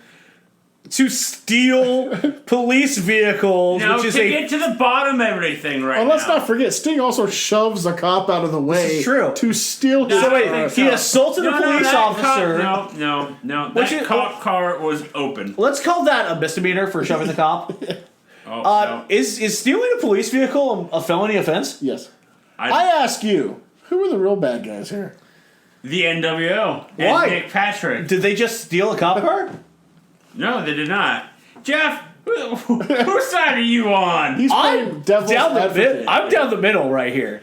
He's trying to keep this as it should be. I'm about to say, Yeah. I call this as a referee should, right down the middle. I just have to point out the facts as they're given to me. I just want to say, Your Honor, the NWO is a piece of shit. That's not really a convincing argument here, my friend. I rest my case. I mean, Boom. they just stole a cop car. For a good reason. I mean, they are trying to To chase. get the bad man. They're cops. Wait, I think wasn't it just DiBiase? Did you see Hogan? I've like, got an or- alternative theory. Okay, here we go. I think they're trying to make you think they're chasing the bad guy. I think Luger and Sting were scared the NWO was going to show up, and they hightailed it Oh, yeah? to avoid. You're well. Oh, wait. wrong. Wait. Grinder theory. Okay. Lex and Sting were getting out of the way so that they wouldn't cast aspersions on them being in cahoots with the NWO. Possibly. There's something fishy going on here. No. And, no. By the way, there's a match going on I'd completely forgotten about. in which how many low blows in a row does Flair get in here? At least 75. That the ref is looking directly at doesn't give a fuck. Yeah, hey, where's, how about that ref? That's Ric Flair's ref. That's okay then? Yeah. Okay. It's Ric Flair. I see how this is going. Arn hits that beautiful DDT on Ming. Oh, that's Yeah. fucking brilliant. Although, I mean, it shouldn't work. Then we get a Glacier promo. God, what? Mid-match? Mid-match. God damn it, Glacier. Then we come back in and, okay, so Benoit's fighting Bubba, but fuck Bubba, I'm just gonna attack the Taskmaster. I'm hoping when Glacier shows up, I hope he brings a couple friends of his. Yeah. And then we could have a Glacier Dungeon NWO feud. This gets a little shooty at times between Benoit you and think? Jeff's Team Glacier. You think he gets a little shooty? just a little bit. I saw a couple shoots, but Yeah. not a whole lot. This one's for you fucking my wife. Yeah. This one's for her moving out the other day. This one. Hey, the neighbors are talking. Yeah. This one's for having my child call you dad. Yeah. Things are getting ugly here. This one's for 2007. Wait. Whoa. Don't choke up there, buddy. Crap. I got a Bible for you. Anyways, Barbarian hits a power bomb on Benoit. That gets 2. Then Bubba hits Spinebuster on Benoit, and that gets 2. Then we talk about Ali. So there's a Muhammad Ali documentary that's airing the next night. Yeah. And everybody, it's a decent one. He's the greatest. Yes. They start talking about his wrestling connection, of course, with Gorgeous George. Yeah. And then they talk about how Eric Bischoff last year got to hang out with Muhammad Ali when they went to North Korea. He's one of those, like, look who's in my phone. By the way, what the fuck were they doing in North Korea? It's a funny story, huh? We'll have to go into it later. Okay. Because It's a weird... it's a really weird It's story. But hey, it's like the biggest wrestling attended thing in the world. Yeah, like 190,000 people. Of course, they were mandated to show up. And, Very other true. than that, it was a great show. Dictatorships. Back to We're the finding out about it. Yeah, We're going to find out. Benoit hits a running crossbody on Ming. That gets 2. Can we Arn- go back to Benoit and Taskmaster? Arn hits a spinebuster on Bubba. Kinda. Best he could. I mean, Bubba's a load. Yeah. Let's be fair. There's only one problem with this. Neither man is the man of the match. I mean, The two actual guys in the match are just down. They just got into the ring and hit a move. This thing's a complete Garbage. shit show. Yeah. And then all hell breaks loose. Everybody just starts fighting. All 8 men just kicking the shit out of each other. Benoit starts yelling at Woman. He's like, fuck off. Yeah. Helps. That was getting uncomfortable. Yeah. A little bit, right? Then Woman goes over, gets the assist to Flair on the figure 4, which leads to the pin of Taskmaster. By the way, they were in the match. So let me get this straight. Woman just assisted in getting her own husband pinned and beaten up. Yes. Okay. By the way, Sure. the winner is the Horseman, and then she turns like, never question my allegiance again. Oh, by the way, the Outsiders are here. So is Hogan, They're jumping them, huh? and everybody's getting the shit kicked out of them, including the ref. Hey, man, you know? But that's okay. Here comes the Giant. Thank God. Finally. Runs down, gets in the WWE ring, peace. stares down the NWO. Takes about a half hour to pick up the Barbarian. What? And Ming tries to interfere too early. Fuck it, chokeslam to Barbarian. What? Then By chokes. Kevin Nash. No, by the Giant. But Giant's Dungeon of Doom. He also just chokeslammed Ming. But what? Unfortunately, sir, The 5th one. welcome to 5. What? The spray paint's out. They start spray painting the faces of fear. No. But here comes Macho with a chair. Concussion shots to everybody. Yeah. Until he tries to get to Hogan, who takes him down with a double leg. And Hey, but hold on. Before Hogan ducks, that chair swing that Savage does towards Hogan, Yeah. that's got some mustard on it. yes, he does. He was trying to break out the rye bread on that one. Instead, he just gets his ass kicked. Then, yeah, the numbers game is just too much for Macho. Hogan gets a few more chair shots in. It's like 7-on-1. Yeah, Macho gets choke slammed. Hogan hits the 3 leg drop to Doom. Then he reaches really deep into the tights, Yeah. down into the gooch, I was like, where the hell did that come from? where he grabs the second bottle of spray paint. Is it black? No, it's yellow. And he sprays a yellow streak on the back of the Macho Man. Look, That's cold. I mean, Macho's my guy, so. But I mean, he's been erratic and Unsafe, to be perfectly How honest. do you... What's the reasoning for spray painting people? Huh? it's just you're making a point. It's the show of dominance. I Show of guess, dominance. But it's really disrespectful. This Man. is disrespectful. It may be to some The people. yellow streak? That's disrespectful. That was going too far. What? I mean, I will admit that Savage is my guy, and one thing he's not is chicken. Oh shit. These Go 7-on-1. I just don't understand how these 3 guys, now 4 with the Giant, can jump these 8 guys that have been wrestling for 20 minutes. Well, because they have to get a point across. And with this, they go to the commentary booth. And they start tearing the thing apart. And Giant starts telling his story. God His bless him. He's long-winded story that Hogan interrupts at one point. So, because he has torn the Monday Nitro logo off the front of the desk. And everybody spits on it. Yep. Then he continues to try to stutter through his story. But no, everybody's here. We gotta go fight some more. That's so disrespectful. Boom, boom, boom. But, Fight. Hold on, you're holding off one thing here. When they go back to fight, I mean, the 4 guys are holding off 8 dudes, Yes, they are. Easily. like completely. Yeah. It's It not doesn't even... help that 2 guys were 7 foot. Well, That's true. this is true. It also helps that instead of the green actual folding chair that Macho brought in, they tried using the plastic molded chairs and it didn't work well. It honestly looked like an Anchorman fight. Yeah. Where all these weapons come from? They had eventually they win the day. The NWO does.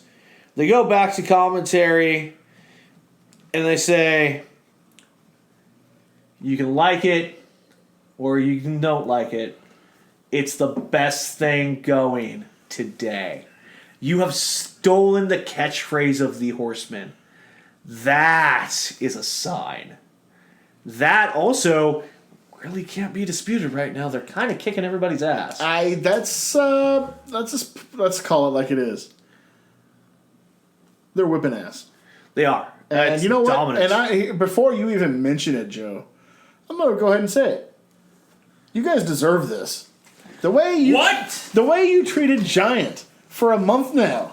You treated him like a bastard. Well, he a should have beat redheaded Hogan. He should stepchild. have beat Hogan. I mean, you almost pushed him right into their arms.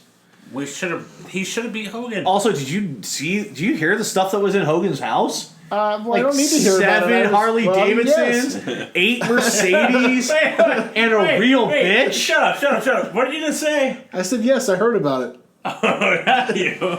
Yeah, son of... Was it like 2,500 square foot or 25,000 square foot house? It's big. I'm not going to lie. It took me forever to power wash. now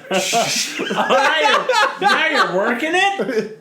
I mean, you got to work it this time of age. I got my eye on you, buddy. Speaking of working it, let's work our way to Friday now. Do we have to? No. Yes. Because it's Raw Championship Friday, which was taped 2.5 weeks ago in Wheeling, West Virginia. Yeah, we get our intro. It's pay-per-view level intro for Sean and Goldust. Well, they got to try to make it important because it's Friday. And you know who watches wrestling on Friday? No one. Nobody. Didn't the E try this again sometime later? Yeah. How did that go? Tanked the fucking show. It did.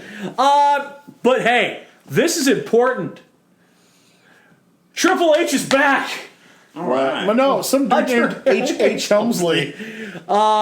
Jeff, before Yes? we go, since me and Corey are taken, you get the valet ranking. Kimberly this week. Kimberly's solid 7.5, almost 8.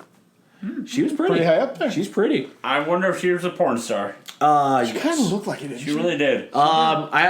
She had that late 90s porn look. Yeah. I mean, which was never a there's- horrible thing. There was well, some no. good-looking porn No, stars. no. in the late but 90s. there's a definitive, like, of all the porn eras, Yeah. there's a definitive late 90s There porn really look. is. Especially the Cinemax softcore style Bagwell stuff. It's like, I've seen you somewhere, Yeah. and you weren't wearing any clothes. Do you know Candice Michelle? But Hunter here Plenty. is in the first round of the IC title tournament. He's got a chance at a title. Cool. And he's taking on Psycho Sid, Oh, Never mind. who's the most over man on the fucking planet. Isn't he, though? Holy shit. Holy hell. That crowd is nuclear hot for him. Well, I mean, He's over. He has a bigger pop than Taker. Wait. He's a bigger tape pop than Sean. Yeah.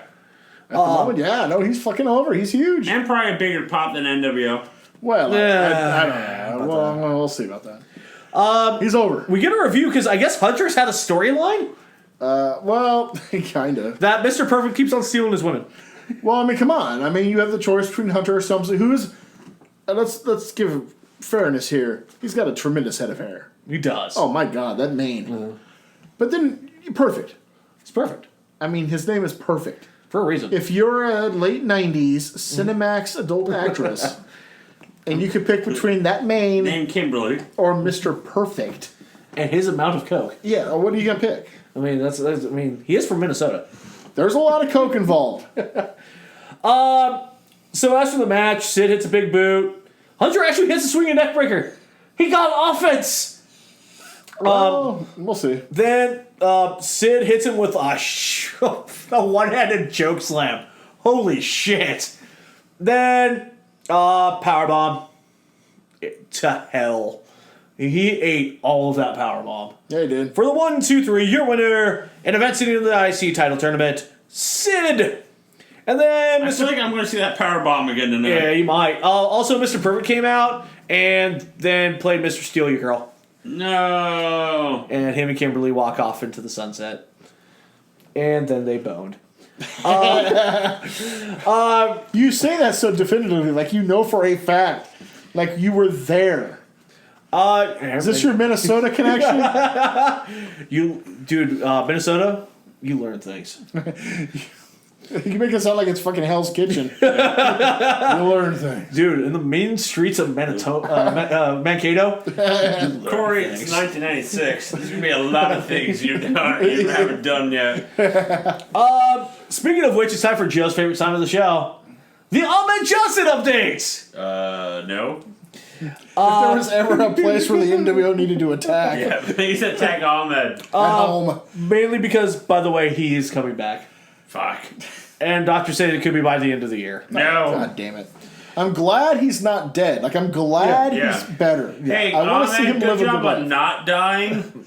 But I don't want to see you in the ring Yeah, ever again. don't come back. He's going to come back. Fuck. And he could be 100%. according to the doctor. Shiza. According to fake doctor.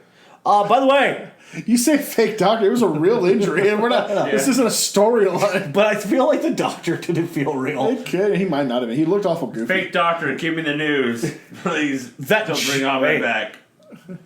Jim Ross has a story. Oh, does he? Big story. Ooh. And you don't have to hear about it on the hotline. He's going right. to tell us later tonight. Sweet. But right now, we have an important guest. Joining us commentary for the next match, Brian Pillman. Oh, this ought to be good. All right. Because the next match involves Stone Cold Steve Austin. These two are always around each other. This is true.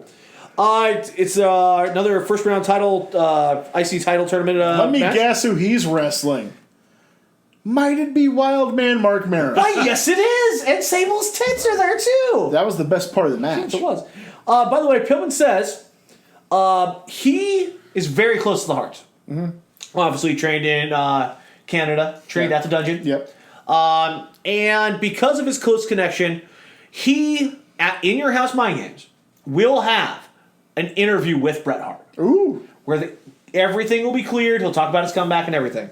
Also, there has been reconciliation between Bret and Owen. Holy crap. What did Brian do? He's a miracle worker. He is a miracle worker. You know what he couldn't do? Make this match good. Wow. No. It's got Stone Cold in it. Let's see. Mero hit a sunset not flip. that Stone Cold. Yes, not quite there. Mero hit a sunset flip, but that only got 2.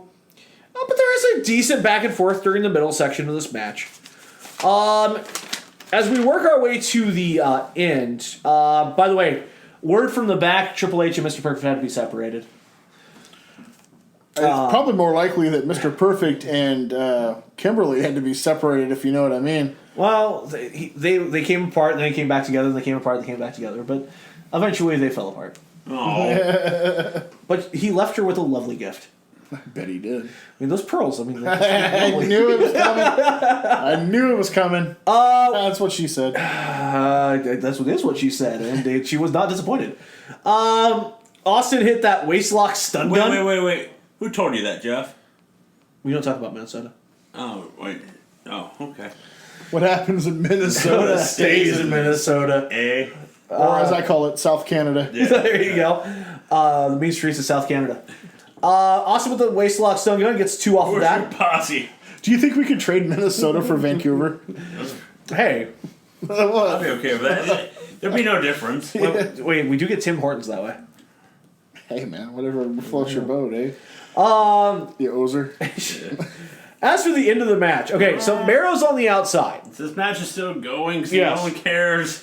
It's like, as Corey said in pre-show, the 30th match we've seen between these two in the But 1 this month is an that he's interesting been involved. ending. Because Mero goes for the shoulder block back to the inside from the apron. Austin moves the ref in front of him to take the brunt of the punishment. That's a smart. And the ref calls for the bell. Your winner by disqualification, Mark Mero. What does he get for his winning? A stunner. Hell yeah. Then, basically, they just brawl for a while, and that's it. We then get the foot action slam of the week. Hey, remember that power bomb that Triple H took about 5 minutes ago? Yep. Yeah, that's the slam of the week. Didn't JR make an announcement? Not yet. Oh, is it the next one? Yeah, it's in the next match. Everything happens in the shortest match of the night. Oh, okay. Because right now we have to go to the King's Court. Jerry the King Lawler holding court. All right. And his guest, Mark Henry, world's strongest man and newest member of the WWF. And basically, King makes a joke here Oh, yeah? about the Olympic bombing. I've heard rumors about those. They're more fun than a pillow fight.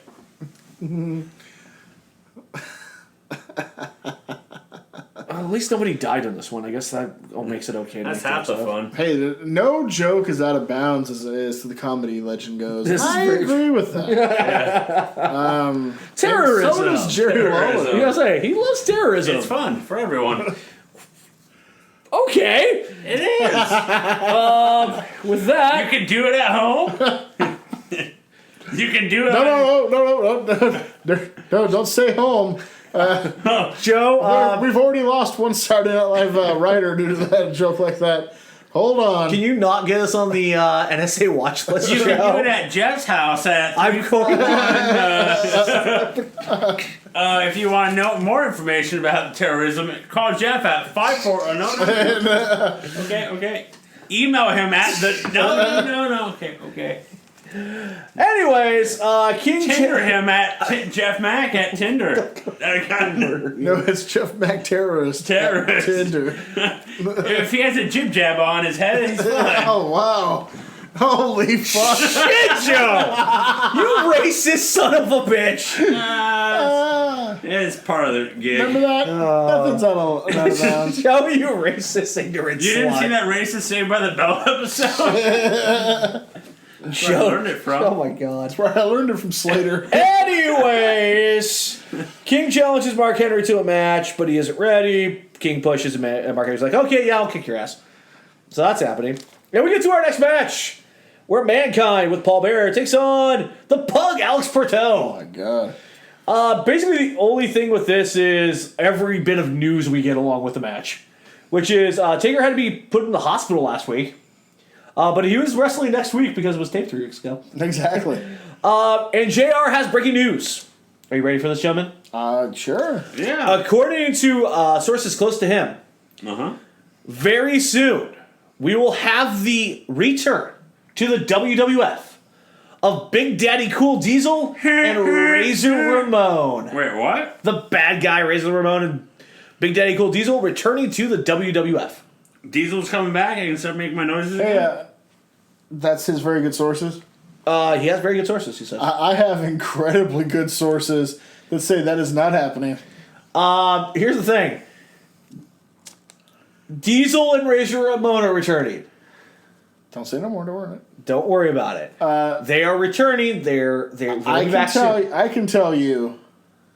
I can't tell you my sources, Neither can JR. but I can't. But I can tell you that Scott Hall and Kevin Nash are quite happy where they are, But and Diesel will not be returning. Oh, okay.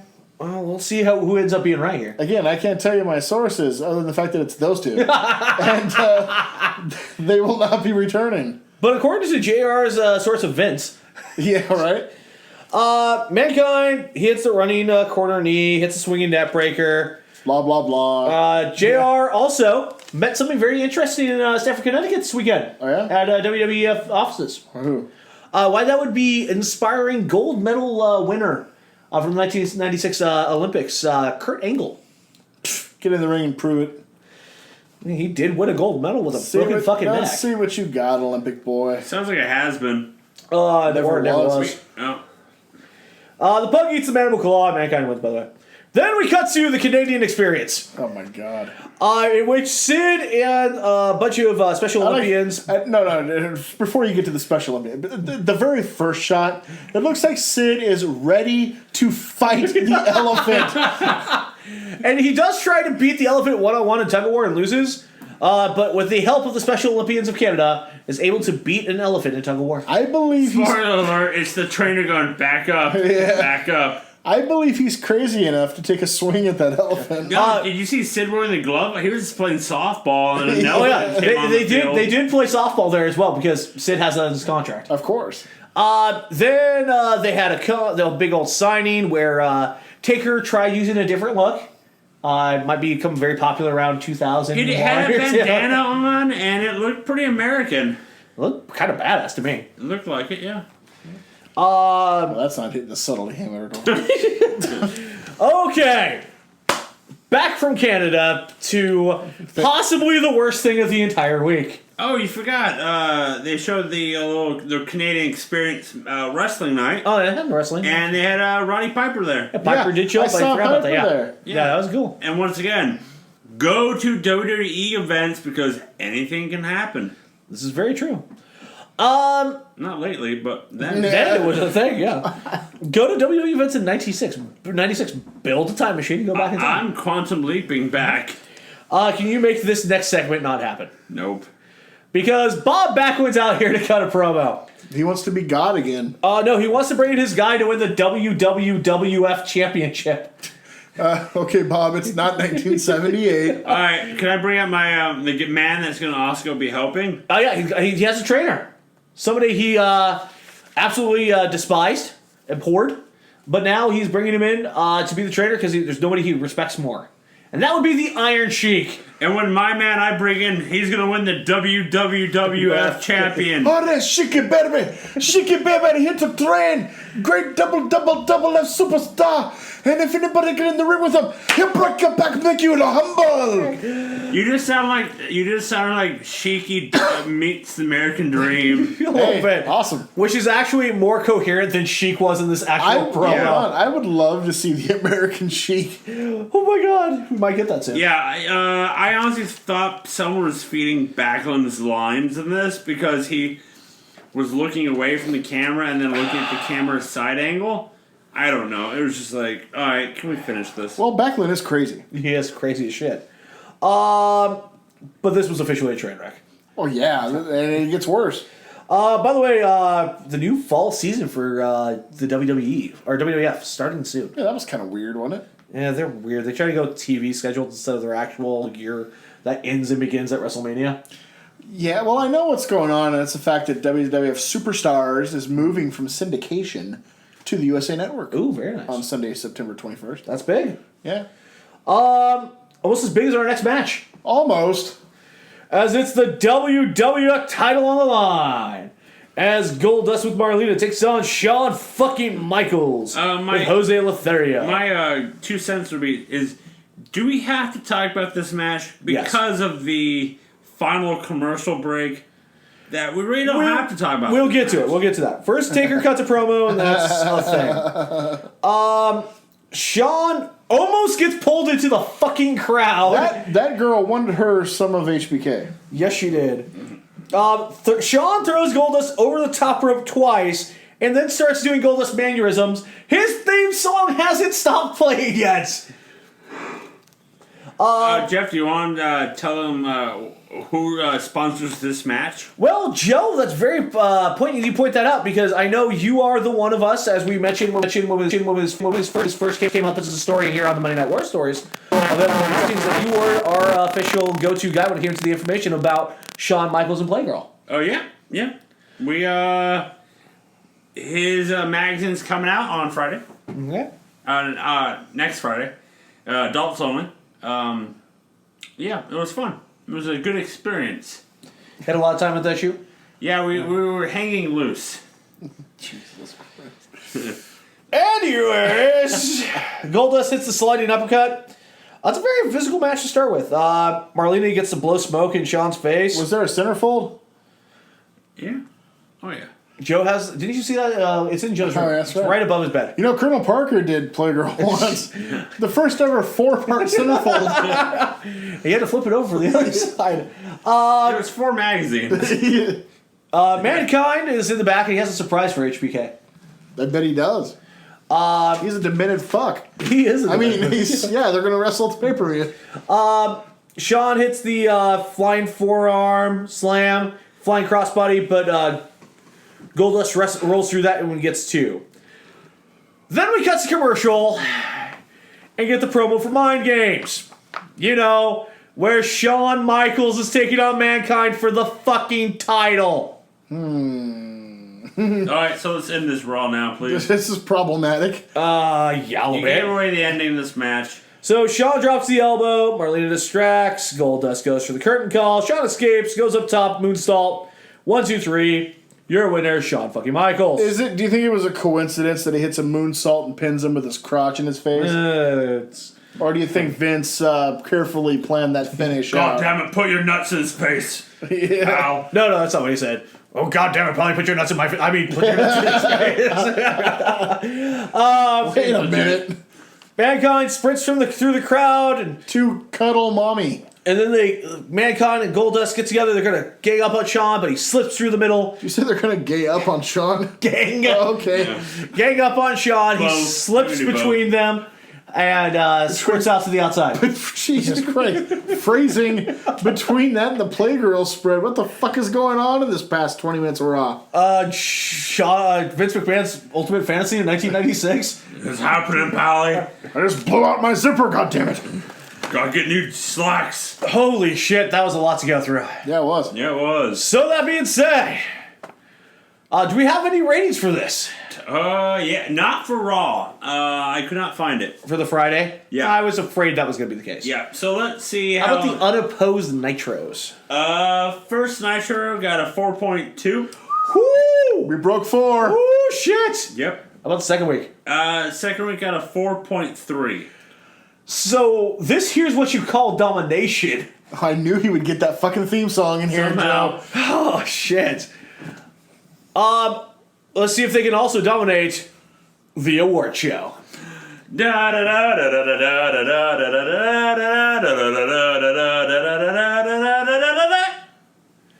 Fuck. That sums it up nicely. Yeah. Good night. We have 3 fucking shows. Well, you can start with me for MVP. It's pretty easy. Yeah. NWO.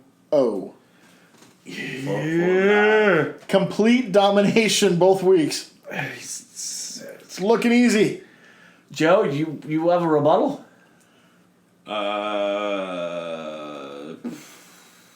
No. Neither No, I do. Wow, really? My MVP goes to Scott Steiner for saving that promo between Rick. Get him, Bobby. Yeah. By the way, fuck no, it's the NWO. They dominated this I last would year. never give my MVP to that sick group. I mean, they are I can't literally the biggest story in wrestling at this Can't point. wait. I'm never going to give my MVP to them. How- I should just give my Modib to them. Are you giving your motive to them? I really should. No, you Are should. you? I'm not. I'm giving my Modib to Backlund and Sheik. In all fairness, that's exactly where I'm going to. Same here. That was Fuck, terrible. That was the worst thing in 3 shows. WWWWFE. Match of the nights. Ooh, this is a little harder. This is not for me. Got mine. I'm going with Malenko and Jericho. I really... I am too. I did like that match, and that's probably my go-to. Yeah. 3 for 3. 3 for 3. Worst match. I got mine. Okay, what you going with? Mankind versus Pug. God damn it. Not where I'm going with mine. Go ahead. Harlem Heat versus Valentine and Valentino. The Valentines. I'm going for Mike Enos And Chavo. and Chavo. Who booked the idea of twin magic with those two? That's very true. You can look, but you can't touch. Or you don't want to, one of the two. Who was in the back looking at those two and go, you know what? Y'all kind of look alike, you know? Well, when you've done Taskmaster. that, when you've done that much coke, Was it Gino? Gino Oakley was just drunk as shit. you sure look the same. Hey, That's what I booty told. babe. Oh shit, it's Slater. They look the same. At least that's what I told my wife. Okay, Joe, you've got a plethora set before you. What the fuck? I would like to take my what the fuck. I would towards the NWO because they're out of control. But I'm not. The best thing going today. Nope. My what the fuck goes to Gene Oakley. Damn it. Gene, you ignorant slut. Where do you get off giving promos to people and then shooting them down instantly? Like, Hoovy, speak English next time, buddy. That was the ultra in dickhead. Yeah. Fucking And heck. then it's Was like, it that or Alex Wright? No, yeah, it was- I was it gonna was- say, and then bring up No. Alex Wright. Hey, concuss boy, get up. We got an interview. No, race shaming Hoovy was the word. Oh. Yeah. But Listen, yeah, little jumping pinto bean, I guess. Gene, yeah, son of a bitch. Hey, Corey. Yeah. What the fuck? Well, he stole mine. That was like the runaway answer. So I'm going to go somewhere else. I'm going to go to WWF. Fuck your show sucks. Yeah, it does. And your competition, I mean, no fault of your own. USA makes you take 2 weeks off. Yeah. But they're hitting 4s now. and that shit you put on Friday when no one was watching, if you put that on Mondays, they'll be hitting 5s soon because your shit sucks. Yes, it does. And they're putting on some of the most groundbreaking wrestling television ever. The Pug. Hey, you need squash guys. The Pug. It's not Valentino. Where's Spark Plug? That's actually a very good question. Where is Sparkplug? Where's Road Dogg? What the fuck? The roadie would be better at this point. Yeah, come on soon. The roadie is not coming back. Yeah. Right. So that I've got to ask myself, what the fuck? And mine, what the fuck, goes to either the Giant Doing what he should have done. or whoever wrote that promo for the Giant, that he needs to get out an 8-page soliloquy in 30 seconds. I mean, my God, he needs an entire half-hour documentary to try to put out that what he's trying to get out Not there. only that, but I mean, yeah, who's like, you know what, Giant, we want you to read Macbeth in 30 seconds, please. And it's just like everything else there is fucking perfect. And then you have Giant trying to put out that fucking promo. It also doesn't help that they made him try to cut it during the middle of like a riot. Yeah. It's like, But then he goes back to it. Yeah. He needs to make it, they need to make that simple, elegant, and said, I have seen the light. I was treated like shit. They showed me there's a better way. he put me in a movie. It's best for business. Yeah. You know what movie? A movie. Jingle All the Way. Yep. He's That's right, yeah. He's Giant Giant Santa. That's right. So that worked out for him, which is nice. I mean, if it wasn't for that, we might not have gotten Knucklehead. See what happens when you make the right decision and go in WO. Nope. According to Corey. Never! According to Corey the Giant, it is the way to go. Or you can follow the bad guys and like start attempting manslaughter and stealing cars. They're still being chased by the Tennessee State Police. Right? Did they trade up to a Bronco now, or are they I still don't in know. that cop car? I will find out next week on Nitro if they've been arrested and booked for felony charges. As for that, we'll also see how far the NW goes next week. Will there be a 6th? Ooh. As for That's called a teaser. as for Nitro, or as for Raw, it's 3 nights later from your last episode. Can it be any worse? The answer is yes. Oh, I have a this is the go home before Fall Brawl, right? next week is the 9th. Yeah. So yeah. Yes. Oh shit. Oh shit. I Yeah. can't wait now. This is groundbreaking. This is so awesome. I can't wait. All right, so Holy fuck. next week, Nitro, Raw. Look forward to it. Spoiler, next week is already Nitro's a better show. That's what I'm saying. Also, next week shouldn't go 2 hours. No. But with that being said, you can also find that one here on SoundCloud, iTunes, and now YouTube. Or you can rate, subscribe, follow, like us, tell everyone you know to check out No Cell Entertainment. We're also available on the Twitter at NoCellENT. Are we available on YouPorn? Not yet, but Joe's working on it. Yeah, I am. We're also available on Instagram at NoCellENT, Snapchat NoCell Podcast, Facebook.com/NoCellEntertainment. Oh wait, we changed it. We did. It's now contact us at NoCellEntertainment.com. I can't really do the other voice to that one. It doesn't ring out as well. You can also follow us individually on the Twitters. You tried your best. Mr. WCW. Hell yeah. At Sheen Machine 23. Mr. NWO. For life. That kayfabe guy. And for Mr. WWF. Fake ninjas that are WWF. not from Mortal Kombat. You'd rather rep Glacier than the WWF? Have you seen the WWF lately? Yeah, good point. At the Mac THENAACK. And with that being said, for producer Zed, for the Sheen Machine Joseph Lessel, for the Human Wrestling Database Corey Mack, for the men and women who are still chasing Sting and the Sheen across Tennessee state lines, I am the Onitoshi Jeff Mack. Good night. Lawbreaker.